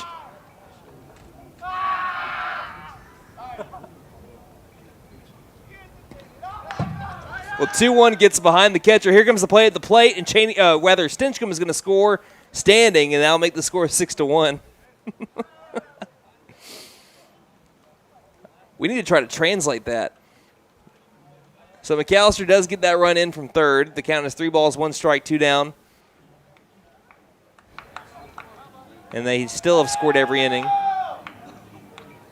Here's the 3-1 pitch. And this one misses high and gets behind the catcher, Mays, again. So Cheney will take his base, and we're back up to the top of the order, which has done major damage today. Who's that guy? That's a lot of damage, the Flex Seal guy. That's what I thought of right when I said that. That's not an advertisement for Flex Seal, by the way.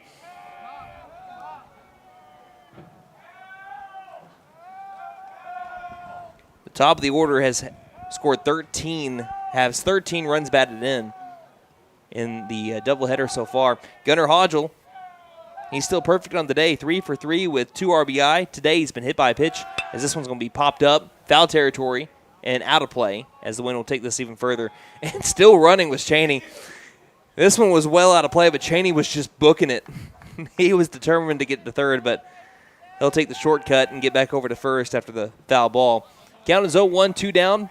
Bottom of the third, McAlester leading 6-1 on Del City. 0-1 to Hodgel. Misses wildly and goes to the backstop. Cheney doesn't take off for second.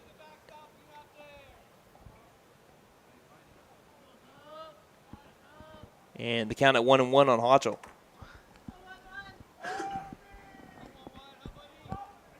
One ball, 1 strike. Cheney takes off for second. The pitch is low and outside. They'll throw down 2 second anyway, but there easily is Cheney with the stolen base. Now into scoring position for Gunnar Hodgel, the returning team leader with runners in scoring from a year ago. I don't know how many times I've said that, but he was really good with runners in scoring for McAlester with 417, as this one will be fouled off to the count to 2-2. So far on the season, coming into this series, what's awesome, last year he was 417, coming into this series, 417. I could not joke with you there. That's wild. Looking for another RBI. Cheney takes off for third. The pitch is outside. The throw to third is almost going to deck Jaden Cheney. Almost popped up from his slide into the ball. Count moves to full at 3 balls and 2 strikes for Gunnar Hodgel. 2 down. Bazell trying to keep the damage at only 1 run. The pitch hits Hodgel for the second time today in this game alone. Second hit by pitch. And he'll take his base. And it brings up Caden Lesnow. Lesnow has hit 2 triples today. Going back the last 8 days, he has hit 5 triples. Yep, 5 of them. Count it, Austin. You can't believe that. 1, 2, 3, 4, 5. Taking off for second will be Hodgel, and he'll get there with ease as the ball bounces out of the glove of, that is Mays, as the pitch missed up and inside for ball 1. So there he is, Caden. There they are. Runners at second and third with 2 down. McAlester up by 5. Bazell winds and deals the pitch. This one will skip in as well. Good backhand by Mays. Keeps the runners where they're at. 2-0 the count. This is the final scheduled doubleheader of the season for McAlester. As a 2-0. Misses high and inside, ball 3. Reason why I say scheduled doubleheader is because more than likely when regionals come around, there will be 2 games played in one day. Almost certainly. As the 3-0 will miss down low, and it's a 4-pitch walk to Lesnow, which will load the bases. This bases loaded alert is brought to you by Pop's Kettle Corn in Old Town. Choose your flavor of kettle corn or try their freshly made pork rinds at Pop's Kettle Corn in Old Town.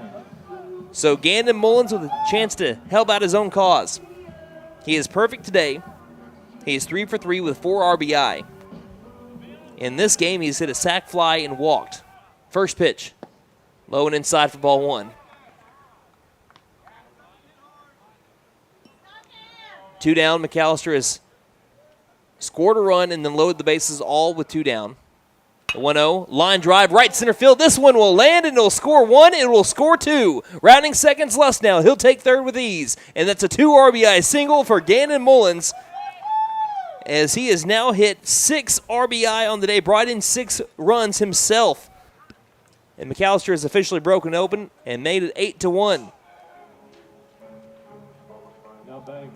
Nice job of Mullins taking it the other way. Clark comes in to be his courtesy runner. Runners at the corner, so still 2 down. Brings up Braden Phillips, who is 0 for 1 in this game with a walk and a ground out to the pitcher. 8-1 McAlester lead. Still bottom of the third. First pitch, Clark takes off for second. The throw down 2 second is not in time. It gets away from the shortstop. It's going to allow Les now to score. Heads up base running, seeing that ball all the way through. As soon as he saw the ball leave the glove of the shortstop Barker, Les now was taken off. He trusts his own speed, and so does every other McAlester baseball fan out there. And then improves the McAlester lead to 8 runs. They put up a 4 spot. They lead 9-1. Runner in scoring position still here for Clark, as the pitch to Braden Phillips has him lean back. And what is that? It's not the Dougie. What's that dance move? Bernie. The stanky leg? He did the Bernie. As the next pitch fills the zone for strike 1. Everyone remember Bernie? The Bernie? You ever seen Weekend at Bernie's? Yeah. They did the move it like Bernie, and because you just lean back and kind of flail your arms around a little bit, acting like a corpse. As this next pitch will be fouled straight back for strike 2. You never heard of the move it like Bernie? I think it's older. It came back when we were in high school. I've seen it all the way through. Yeah, the Weekend at Bernie's, but I'm talking about the dance move. I didn't know. I've heard of it. I didn't know it was called. Runner at second. 2 balls, 2 strikes, 2 down. For Braden Phillips, pick off over to second. They don't throw the ball. And if you're watching on YouTube, we have had some kind of interruptions in our broadcast for whatever reason today. Clark taking off for third. Here's the line drive over to right field. That's going to one hop over to the right fielder Unruh, and it lets Clark score. Phillips taking off for second as it gets past the right fielder Unruh on the hop. Phillips moving his way to third. He'll be held up there. And that'll go down as an RBI single, advancing to third on the error as it got past the right fielder. And I think the thing was Unruh could have probably ran and grabbed that line drive. He let that eat him up over in the right field area, and once it bounced, it took a bounce. Again, it almost bounces like a basketball off the turf. As this next pitch is going to be lined, watch out, both Coach Mullins and Braden Phillips from Aiden Shumway. That'll be lined foul for strike 1. Shumway is 1 for 2. He's extended his hit streak to 12 games in a row. McAlester has now taken a 10-1 advantage, scoring all 5 runs with 2 down. The 0-1, fly ball, left center field. Simmons underneath it will make the grab, and that'll be out number 3. Buffalo score 5 runs. They lead by 9. We head to the top of the 4th inning. 10-1 our score here on.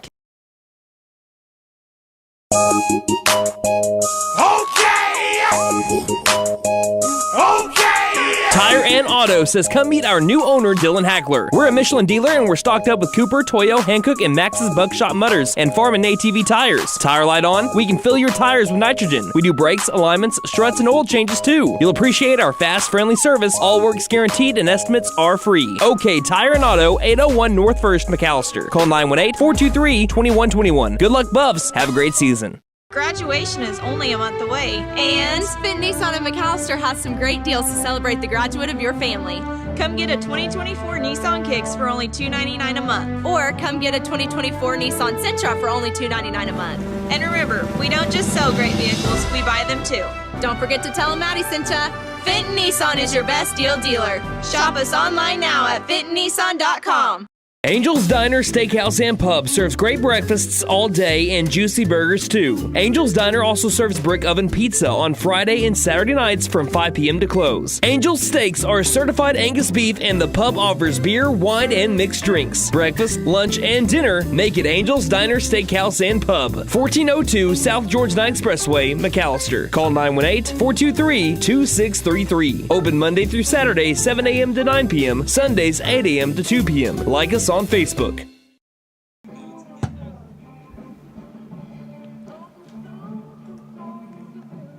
We head to the top of the fourth inning. McAlester leading 10-1 over the Del City Eagles. Now, as I was mentioning before we went to commercial break, or really right before that fly out to center by Aiden Shumway. We've been having kind of some breakups in the internet. It looks like it's been dropping out a couple of times. It's led to us losing the broadcast, but we've been able to put it back on the YouTube side of things. Of course, we're always going to have every single game, football, basketball, that's boys and girls and baseball on the radio. So if it ever becomes like a major problem, you still have us there. But, of course, we got it back up, and we're rolling well now. McAlester is leading 10-1. It is the top of the fourth inning, and that was a big inning by McAlester. They scored 5 after scoring 2 in the first and 3 in the second. It's been a little while since Gannon Mullins has pitched. 6, 7, 8 batters. It's the first pitch.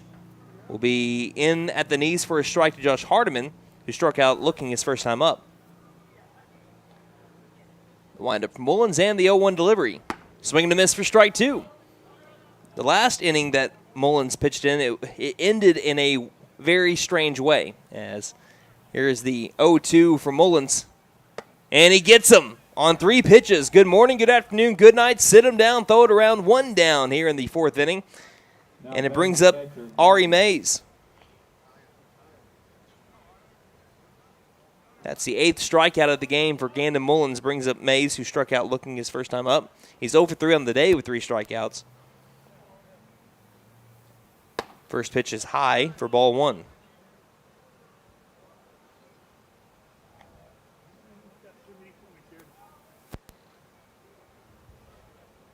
One ball, no strikes, 1 down, and the pitch. This will be line. Watch out, straight towards the press box / visitors dugout.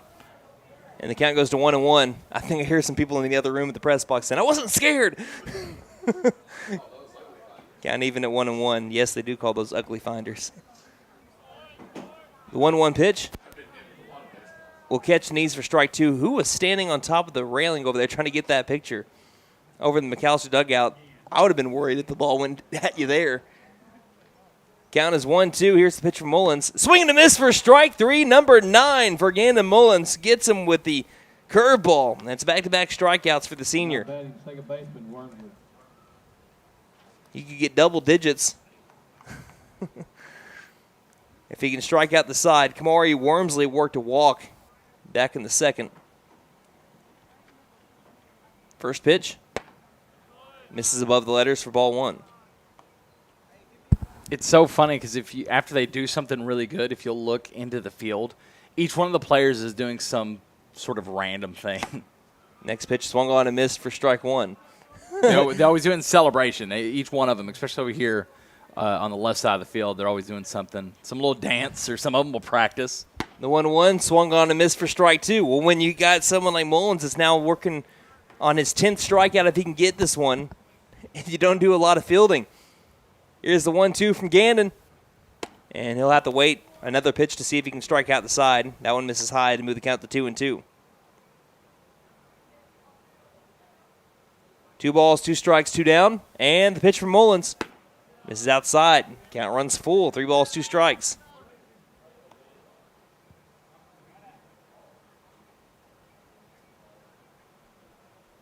Three balls, 2 strikes, 2 down. Looking for the punch out, the pitch. Swing and a miss for strike 3. He strikes out the side, and Gannon Mullins already 4 innings in, 10 strikeouts.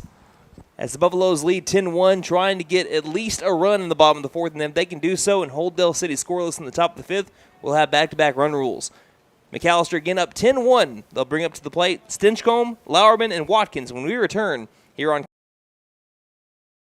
Hi, my name is Gail, and I invite you to T&W Tire, an Oklahoma-based company formed in 1987. In 2020, T&W Tire acquired the McAlester location, where Doug and I have worked for over 20 years, providing service to McAlester and the surrounding areas. Our trained technicians continue to provide quality service for brakes, suspension, and alignments, along with 24-hour road service. We carry Goodyear, Michelin, and many other brands to fit your budget. Stop by T&W Tire, Highway 69 and Peaceable Road, McAlester. Call 918-426-6571. Go Buffs! Beat the heat with American Standard Heating and Air Conditioning and Freeze and Flare, your local champs for cool perfection. Proud McAlester Buffalo supporters. Score with financing offers upon approved credit. See dealer for details. Call 918-217-8785 or visit freezeandflare.com to hit it out of the park.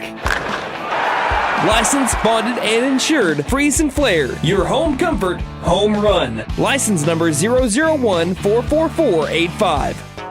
Here at Reagan Auto, we offer a variety of services for your vehicle needs. AC and heat repair, brakes, tires, front end repair, alignments, electrical repair, and everything in between. We are proud to offer a select line of engines and transmissions backed by a 3-year, 100,000-mile nationwide warranty. Give us a call at 918-715-3236 or stop by and speak to one of our advisors about how we can help. 306 East Wyandotte in McAlester. From the team at Reagan Auto, thanks for your business.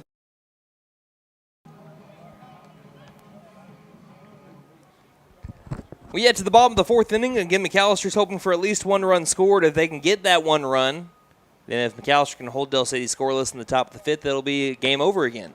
So this is game 2 of the doubleheader. McAlester won the first one 12-0 in 5. They're leading this one 10-1.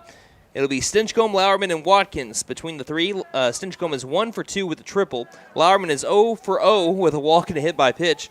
And Watkins is 0 for 1 with a walk and then an unfortunate fly out into a double play as the runner was taken out for second for a steal attempt as he hit the ball into the infield. So Stinchcomb with the extra base hit for Stinchcomb. That was his second of the season. What a way to have it with the triple. He'll watch the first pitch and line it to deep left center field, carrying deep. Simmons runs after it after a great jump, but makes the catch for out number 1. Man, if we had that win from last week, that's a wall banger. But instead, that's out number 1. And I'll bring up Jackson Lauerman on one that was hit on the screws. I'll tell you what, Stinchcomb has seen the ball so well over the last 6 games. That brings up Lauerman. A walk and hit by pitch in his first 2 plate appearances. He has reached base safely in his last 4 in a row as the first pitch outside ball 1. Since the first pitch he saw of the game on a pop-up bunt for an out, it has gone walk, walk, walk, hit by pitch. So, yeah, his on-base percentage should look a lot better after today. He gets down a bunt, straight to the pitcher, fields it, throws over to first, and it will be in time for out number 2. So 2 up, 2 down for the Buffs on the 1-3 bunt out, and it brings up Ethan Watkins. Watkins has walked and, like I said, popped into the double play. So, again, Watkins came into today batting .290, just a hair under 300. Second on the team in on-base percentage at .521. As he drives this one to deep right center field, carrying towards a warning track, and it has hit off of the bank and ace sign. Rounding first is Watkins, and he'll stand on second with a double. Off the bank and ace sign in right center field as he drove that one against the wind like Bob Seger. And he gets into scoring position for Jaden Chaney. Missed it by that much. Yeah, we can blame the wind. Again, if the wind is blowing like it was last week against Tulsa Memorial, or Red Oak, for example, that is an easy home run. That one might go into my backyard if we had the win from last week. First pitch trying to get a bunt down. Chaney, it's a great one down the third base line. He'll get an infield single. And back over to first is Watkins as the ball gets past the third baseman, but not far enough. Excuse me, that's a shortstop Barker covering, but not far enough to be able to score him. As Jaden Chaney with his first base hit of the year, it's a beautiful bunt single down the third base line. You couldn't have drawn that up better if you had crayon. And that brings up the top of the order. And it brings up Gunnar Hodgel Again, McAlester needs that run from third to be able to possibly end it in the top of the fifth. If they score one run and hold Del City scoreless in the fifth, it's ball game. But they have to score Watkins from third, or else they'll have to try to do it in the fifth. But we will have, actually, it's not Hodgel anymore. We have a new batter. Now up to the plate for McAlester, number 15. That is Isaiah Timmons. Runner takes off for first. The first pitch goes behind the catcher. Here comes Watkins. That run will score, and it is 11-1. Cheney gets to the second base bag. Will stay put there. Buffaloes are up 11-1. Timmons trying to score the run from second, looking for his first varsity base hit on the season. He is 0 for 0 with an RBI walk. He walked with the bases loaded. Cheney takes off for third. Pitches outside. There will be no throw to third. Thinking about it for a second was Mays, but laid off. Les now is still up to hit in the next one, the on-deck circle. Back to the windup is Bizel. 2-0 pitch. Check swing that ends up being fouled off at the plate. Oh, they're going to say, ooh, I don't know about this. This shouldn't be the call here. He swung, and they're going to say hit him in the hand, but even if he swung, he should not be at first. But McAlester and Isaiah, yes, it should be a foul ball or a strike for that instance, because he swung at that pitch, and it sounded like it hit the bat. I don't think that's the correct call there, but Isaiah Timmons will take the hit by pitch. Obviously, McAlester will take it as well as Caden Less now comes up. 1 for 2 with an RBI triple. First pitch, high inside, ball one. Runners at the corners. McAlester up by 10, 11-1 the score. Yeah, if he swings, because we had a similar situation like this back in Arizona. If he swings and misses, but it hits him, that's still a strike. Timmons takes off for second. That one does hit Caden Less now, so it's back-to-back hit by pitches. And it loads the bases again for Gandon Mullins. This bases loaded alert brought to you by Pop's Kettle Corn in Old Town. Choose your flavor of kettle corn or try their freshly made pork rinds at Pop's Kettle Corn in Old Town. Gandon Mullins trying to continue a perfect day. He is 4 for 4 with 6 RBI. And he's got the bases loaded. He could have a day to remember if he gets a big hit here. 11-1. The windup from Bizel on the pitch. Outside, ball one. Again, Mullins came in today kind of struggling at the plate. He was over his last 8 that drove his batting average down to 200. As the 1-0 gets to the backstop, Cheney racing for home. It might be a play. He slides in, and he just gets there in time. And score now 12-1. Runners advance to second and third. But after what has been a 4 for 4 day with 6 RBI, he is up to his RBIs to a 17 on the year. As he drives this one to right center field, that will be a gapper, and that will score 2 more. Mullins continues his hot day. He rounds second, going for third. He'll have a stand-up triple. 2 RBI triple from Gandon Mullins. Have a day, sir. And the Buffaloes lead 14-1 in the bottom of the 4th inning.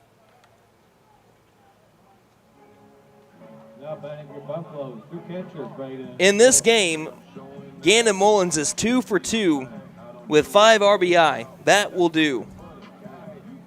And we might have a pitching change here, at least a mound visit. We'll take a 30-second break and be back here on. Hey guys, it's Sam from Sam Wampler's Freedom Ford in McAlester and Eufaula. With 2 locations to choose from, we have close to 200 vehicles on the ground and coming in. And with vehicles starting at $29.95, we have something for everyone. And if you need parts or service, we are loading up at both locations to serve you better. Plus, with our mobile service van and our pickup and delivery, we can help you with sales and service no matter where you are. So come see us at Sam Wampler's Freedom Ford in McAlester and Eufaula and let us make it happen for you. You blink, and there's another base hit from Gandon Mullins.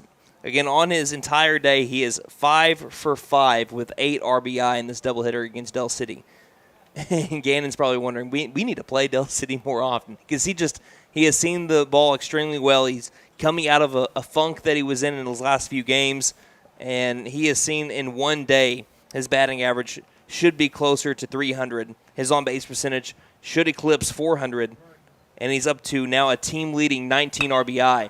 This one's going to be a pop-up in the infield over to Braden Phillips after the mound visit, and he'll be caught by the second baseman, Wormsley, as he made his way around to the first base position. But McAlester has done its job. They scored 4 runs in the bottom of the 4th inning. We head to the top of the 5th, and right now the Eagles have to score 4 to keep this game alive. It'll be Gannon Mullins trying to finish what he started when we return here on KE. My wife makes the best lasagna, even in that old kitchen of ours. She deserves the best kitchen money can buy, but all our cash was tied up. So we went to the Bank N.A. for a loan for our kitchen remodel, and the folks at the Bank N.A. came through for us and our family. Plus, the Bank N.A. is local, so the money stays in town. Call 918-423-2265 or go into the Bank N.A. to get your loan for whatever your family wants or needs. The Bank N.A. Strong, secure, and ready to loan. Member FDIC. Equal housing lender.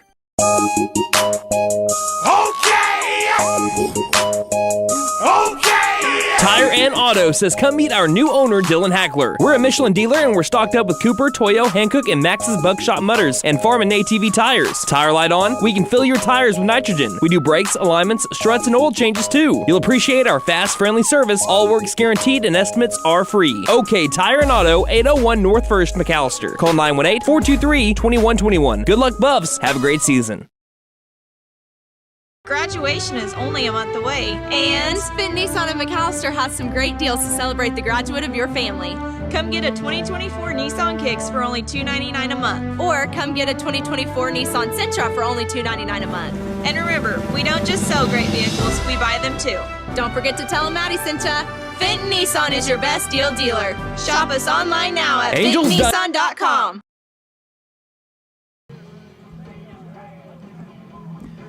Gannon Mullins trying to complete what he started back in the 1st inning. Again, after 3 consecutive walks, he has bared down, and he has had a great game. He has struck out 10. He has only walked 2 batters since those initial 3 walks, and he's trying to close this one out. And perfect choice by whoever is running the PA out there, Ender Sandman, in for the 5th inning, trying to close this one out. It needs to be 4 runs scored by Del City to keep this one going, and it will be the 8-9-1 batters up for the Eagles. Kamari Wormsley, Jamarian Jackson, and Blake Barker, 8-9-1 for the Eagles. McAlester has scored in every run that they've come up to the plate against with the Eagles dating back to the last game. So all 8 innings they have scored runs against the Eagles. It'll be Wormsley, again Jackson, Barker. Wormsley worked a walk. Actually, sorry, it's Jamarian Jackson. Jamarian Jackson. Again, these guys are working too quick for me. Jamarian Jackson, so it's 9-1-2 up for the Del City Eagles. So here's the first pitch to Jackson. Right down Broadway, strike 1. Yeah, Mullins struck out the side last time. I was too into the call. I didn't mark down the strikeout. The 0-1 pitch will be fouled again. Watch out! It's been the 3rd or 4th time, and I hear someone from Del City's dugout go, "Come on!" Again, another person said, "You about killed me twice." The count is 0-2. That has been about the 3rd or 4th time that a Del City batter, just anybody, has lined one straight to the dugout on a dart. He's got a big smile, Jackson does at the plate. Says, "I'm sorry, man. I'm not trying to do that." The 0-2. He reaches out after one. It's going to be a high bouncer over to the pitcher, Mullins. He'll apply the tag, and that'll be out number 1. The 1 unassisted, and that brings up Blake Barker, who was just a foot away. I mean, if he would have hit it anywhere else but straight to Jackson Lauerman his last time up, the Eagles would have 2 more runs right now. As with runners at 2nd and 3rd, he lined one to Lauerman in left field, who hardly had to move. And now that I can go ahead and say this is also pretty funny. I mentioned this to Derek before the game here, as the first pitch to Barker is a tad bit high. And by a tad bit high, I mean that one sailed good 5 feet above the the home plate umpire did signal, yeah, he missed high. As that one went straight to the backstop. Good eye there, Barker. And he gets right back into the zone with a swing and a miss on the fastball for strike 1. But this is pretty funny. The left fielder for the Del City Eagles, his last name is Jackson. And if you look at my score sheet, as here's the 1-1 from Mullins, is a curveball that misses low for ball 2. Our left fielder, his last name's Lauerman. Well, Lauerman's full name is Jackson Lauerman. And so you look at my game sheet, I mean, yeah, you look at the top, Jackson, behind bottom of that, Lauerman. So the next pitch misses low for ball 3, 3 balls, 1 strike. You have to be there. three balls, 1 strike. It's hard to explain if you're not here. 3 balls, 1 strike, the pitch from Mullins, as that one misses high, and that'll be a walk. 5-pitch walk to Blake Barker brings up George Goldsby, who's 0 for 1 with a walk and a backwards K. Eagles down to their final 2 outs, top of the 5th. McAlester leading 14-1. Trying to complete a perfect 8-0 record against the bottom half of 5A4. The next 3 weeks are going to be a gauntlet. First pitch swung on and missed for strike 1. It's Tahlequah next week, which right now is at, again, a perfect 8-0 in district play. Actually, no, they're 6-0, getting ready to play Memorial one day, as here's a pickoff over to first. So, yeah, I got it right here. Tahlequah is 6-0 with a plus 46. So McAlester plays an undefeated team in district play. Someone's got to lose next week. And then they play Sapulpa after that. So here's another pickoff. They nearly had him there. I think from my angle, he did have him, but from the angle of the field umpire, it's hard to call him for sure out. And Shumway and Barker, a knuckle bump back up first base. Count is 0-1 here on the right-handed batter, Goldsby. But then after Sapulpa, the very next week, you play Coweta. Pick off over to first again. You're really trying to get Barker, but that time throw was to the opposite side of the bag.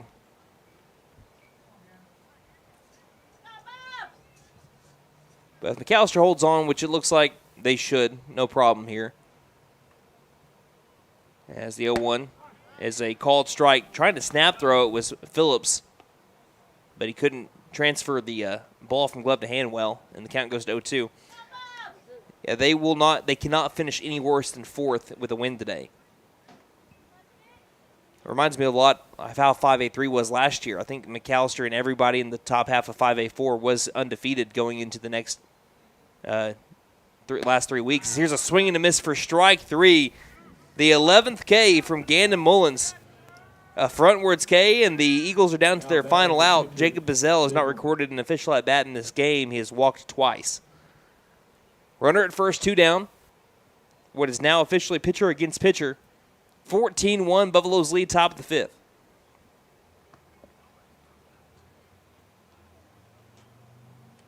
Pick off over to first. They have him. They apply the tag. That one's not in time, though.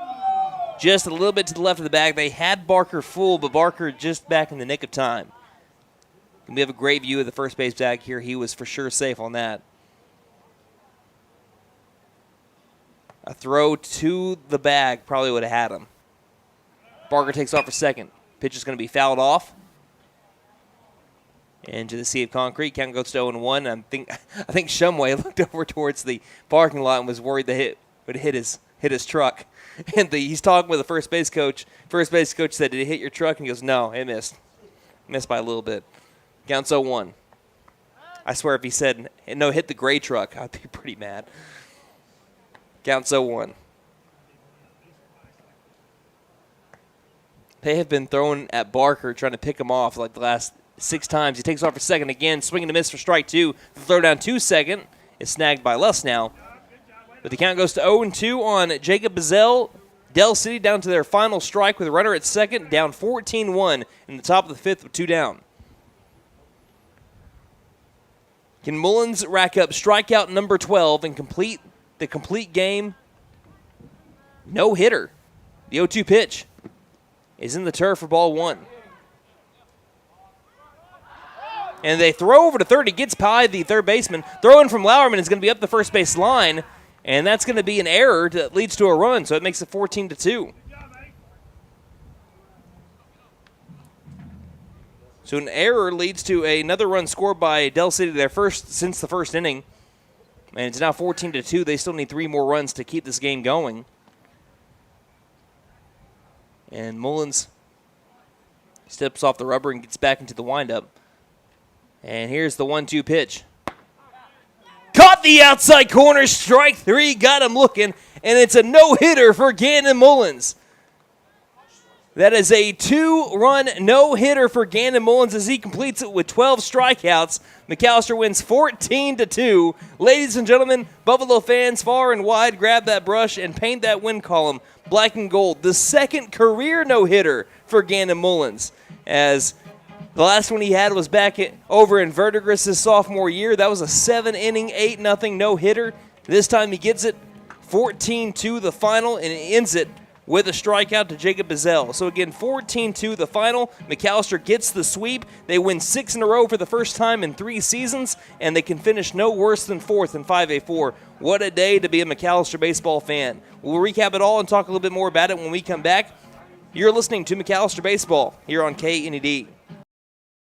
Angel's Diner, Steakhouse, and Pub serves great breakfasts all day and juicy burgers too. Angel's Diner also serves brick oven pizza on Friday and Saturday nights from 5 p.m. to close. Angel's Steaks are certified Angus beef, and the pub offers beer, wine, and mixed drinks. Breakfast, lunch, and dinner make it Angel's Diner, Steakhouse, and Pub, 1402 South George Knight Expressway, McAlester. Call 918-423-2633. Open Monday through Saturday, 7 a.m. to 9 p.m., Sundays, 8 a.m. to 2 p.m. Like us on Facebook. Hi, my name is Gail, and I invite you to T&W Tire, an Oklahoma-based company formed in 1987. In 2020, T&W Tire acquired the McAlester location, where Doug and I have worked for over 20 years, providing service to McAlester and the surrounding areas. Our trained technicians continue to provide quality service for brakes, suspension, and alignments, along with 24-hour road service. We carry Goodyear, Michelin, and many other brands to fit your budget. Stop by T&W Tire, Highway 69 and Peaceable Road, McAlester. Call 918-426-6571. Go Beat Buffs! the heat with American Standard Heating and Air Conditioning and Freeze and Flare, your local champs for cool perfection. Proud McAlester Buffalo supporters. Score with financing offers upon approved credit. See dealer for details. Call 918-217-8785 or visit freezeandflare.com to hit it out of the park.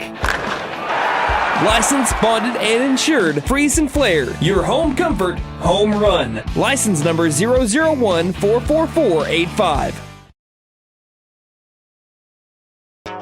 Here at Reagan Auto, we offer a variety of services for your vehicle needs. AC and heat repair, brakes, tires, front end repair, alignments, electrical repair, and everything in between. We are proud to offer a select line of engines and transmissions backed by a 3-year, 100,000-mile nationwide warranty. Give us a call at 918-715-3236 or stop by and speak to one of our advisors about how we can help. 306 East Wyandotte in McAlester. From the team at Reagan Auto, thanks for your Hey guys, business. it's Sam from Sam Walters Freedom Ford in McAlester and Eufaula. With 2 locations to choose from, we have close to 200 vehicles on the ground and coming in. And with vehicles starting at $29.95, we have something for everyone. And if you need parts or service, we are loading up at both locations to serve you better. Plus, with our mobile service van and our pickup and delivery, we can help you with sales and service no matter where you are. So come see us at Sam Walters Freedom Ford in McAlester and Eufaula and let us make it happen for you.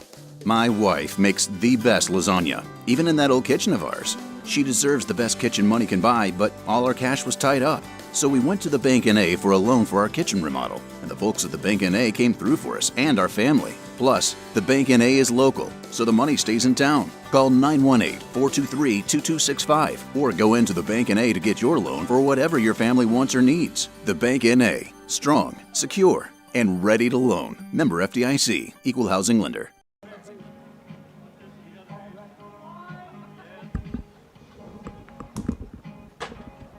Welcome back to Mike Deek Field here in beautiful McAlester, Oklahoma. It was a short work for McAlester. They ended up getting done a couple of games that were less than, about an hour and a half each. McAllister's first game ended in an hour and 25. This last one ended in an hour and a half actually on the dot. So McAlester ends up taking a 12-0 win in 5 innings and then a 14-2 win in 5 innings. And if I told you which one was the no-hitter, you wouldn't believe me. The 2 runs that McAlester gave up were on walks and errors, but that's a no-hitter for Gannon Mullins. I believe his second career no-hitter. The first one did come against the Jay Bulldogs back in 2022, his sophomore season. And that was a 7-inning no-hitter for Gannon Mullins back in 2022. He gets his second career one with a 14-2 5-inning no-hitter against the Del City Eagles in Game 2. McAlester improves to 13-4 on the year, a perfect 8-0 in district play. Can't finish any worse than 4th in 5A4. And on top of that, you probably heard Austin in the background there. On top of that, it's their first 6-game win streak since 2021. So McAlester riding high right now. Perfect 8-0 in district play. Let's look at our post-game stats brought to you by Big V Feed Center. See Big V Feed Center in McAlester, Hadco Farm and Ranch in Kiowa, and Shakota Wholesale Feed Company in Shakota for your spring feeding program needs. So now Del City drops to 3-11, 0-8 in district play.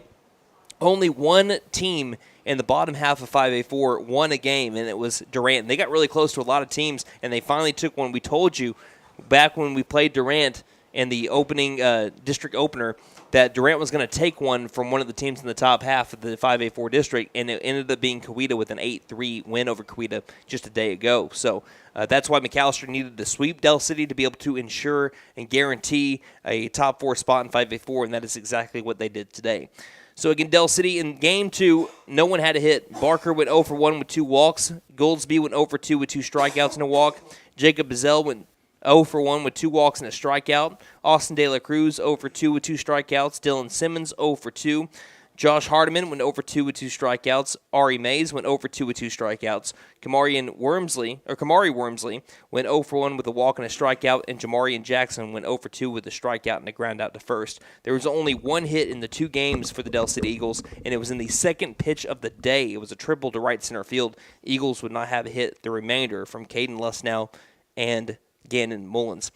So one strikeout from the pitching staff of Del City between Blake Barker and Jacob Bazell that came from Barker. There were 11 free passes. It looks like there were, that's 7 walks. No, that's 6 walks and 5 hit by pitches to the McAlester Buffaloes, 2 Del City errors. Again, McAlester improves to 13-4, 8-0 in district play. This is what they looked like 1 through 9. Gunnar Hodgel went 0 for 0, although having 3 plate appearances with an RBI sac fly. Isaiah Timmons came in to hit for him. He was hit by a pitch to go 0 for 0. Caden Lusnow 1 for 2 with an RBI triple. That was his second triple of the day and his 6th on the season. Gannon Mullins went 2 for 2 with 5 RBI, an RBI sac fly, walked, 2 RBI single, 2 RBI triple. Can you guess who was player of the game? Braden Phillips went 1 for 3 with an RBI. Aiden Shumway went 1 for 3 to increase his hit streak to 12 games in a row. Jackson Lowerman went 0 for 1 with a walk, hit by pitch, and he bunted out. Actually, the only 2 times that Lowerman got out were bunt outs. Ethan Watkins went 1 for 2 with a double, and Jaden Cheney went 1 for 2 with a bunt single. He also struck out and walked. Gannon Mullins going to win the distance for the complete game no-hitter, obviously. 8 hits for McAlester. He struck out 12. He gave up 6 free passes. All of them were walks. Half of them were the first 3 batters of the game, but he settled down nicely, obviously, and got a big-time win. And that's back-to-back wins there for Mullins and back-to-back appearances, both in district play. McAlester a little bit sloppy in the first inning. They had 2 of their 3 errors in the first 3 batters, but again settled down to only have 1 the rest of the way, and that came in the final inning as McAlester wins 14-2 over the Del City Eagles. Again, anytime that you can take wins in district play, it's a great day at the ballpark. But what you saw from McAlester, they didn't rely on a lot of errors. Now, you can say that they did against Memorial. There were a lot of pop-ups and balls that weren't all that well struck, and they used Memorial's errors to their advantage. Today, McAlester just hit the ball around the yard, and when they did get free passes by walks or hit by pitches, they drove them in, and some great bunts. You had one from Jaden Cheney. Offensively, everything was there for McAlester. They ended up having 20 hits altogether, averaging 10 hits a game in just 10 innings. They scored in every inning that they played in. I think had more than 1 run in every inning that they played in today. So can't complain about anything on the offensive side. Again, when it comes to pitching, can't complain about hardly anything. There was a rough start for Mullins, but that's the thing about now Caden Lusnow and Mullins. Now Caden has been fantastic for his last 3 outings. He has lowered, I don't know how you lower a 0.93 ERA, but Caden Lusnow has done it today by delivering his 3rd straight complete, he was an out away in Arizona, but an out away from 3 straight complete game shutouts in his last 3 appearances, which is just phenomenal. And Gannon Mullins, as the game has gone through, a little bit of control issues in the first inning of this one and also in the previous game against Tulsa Memorial. But once he finds his groove, he is so hard to hit. He brings a live fastball, a sharp breaking ball that fooled a lot of Del City Eagle batters today. And if he can find his groove, he's going to be such – and if he can keep that groove, I'm not saying he finds it. He found it today, and he found it last week too. But if he can continue to pitch like that, again, his batting average against him is one of the lowest on the team, if not the lowest. So if he can continue to roll like he was rolling today – and I know that Del City's not going to be one of the top half of the district. There's going to be tougher teams that he's going to have to face up against. But still, this point still stands. If he continues to pitch like he is and he throws strikes, McAllister's going to be in a good state when the end of April rolls around. So another great game from Mullins. Player of the game, offense and defense, got it done. Brought in 5 out of the 14 runs for McAllister and throws a no-hitter. What more can you ask for? Have a day, Gannon Mullins.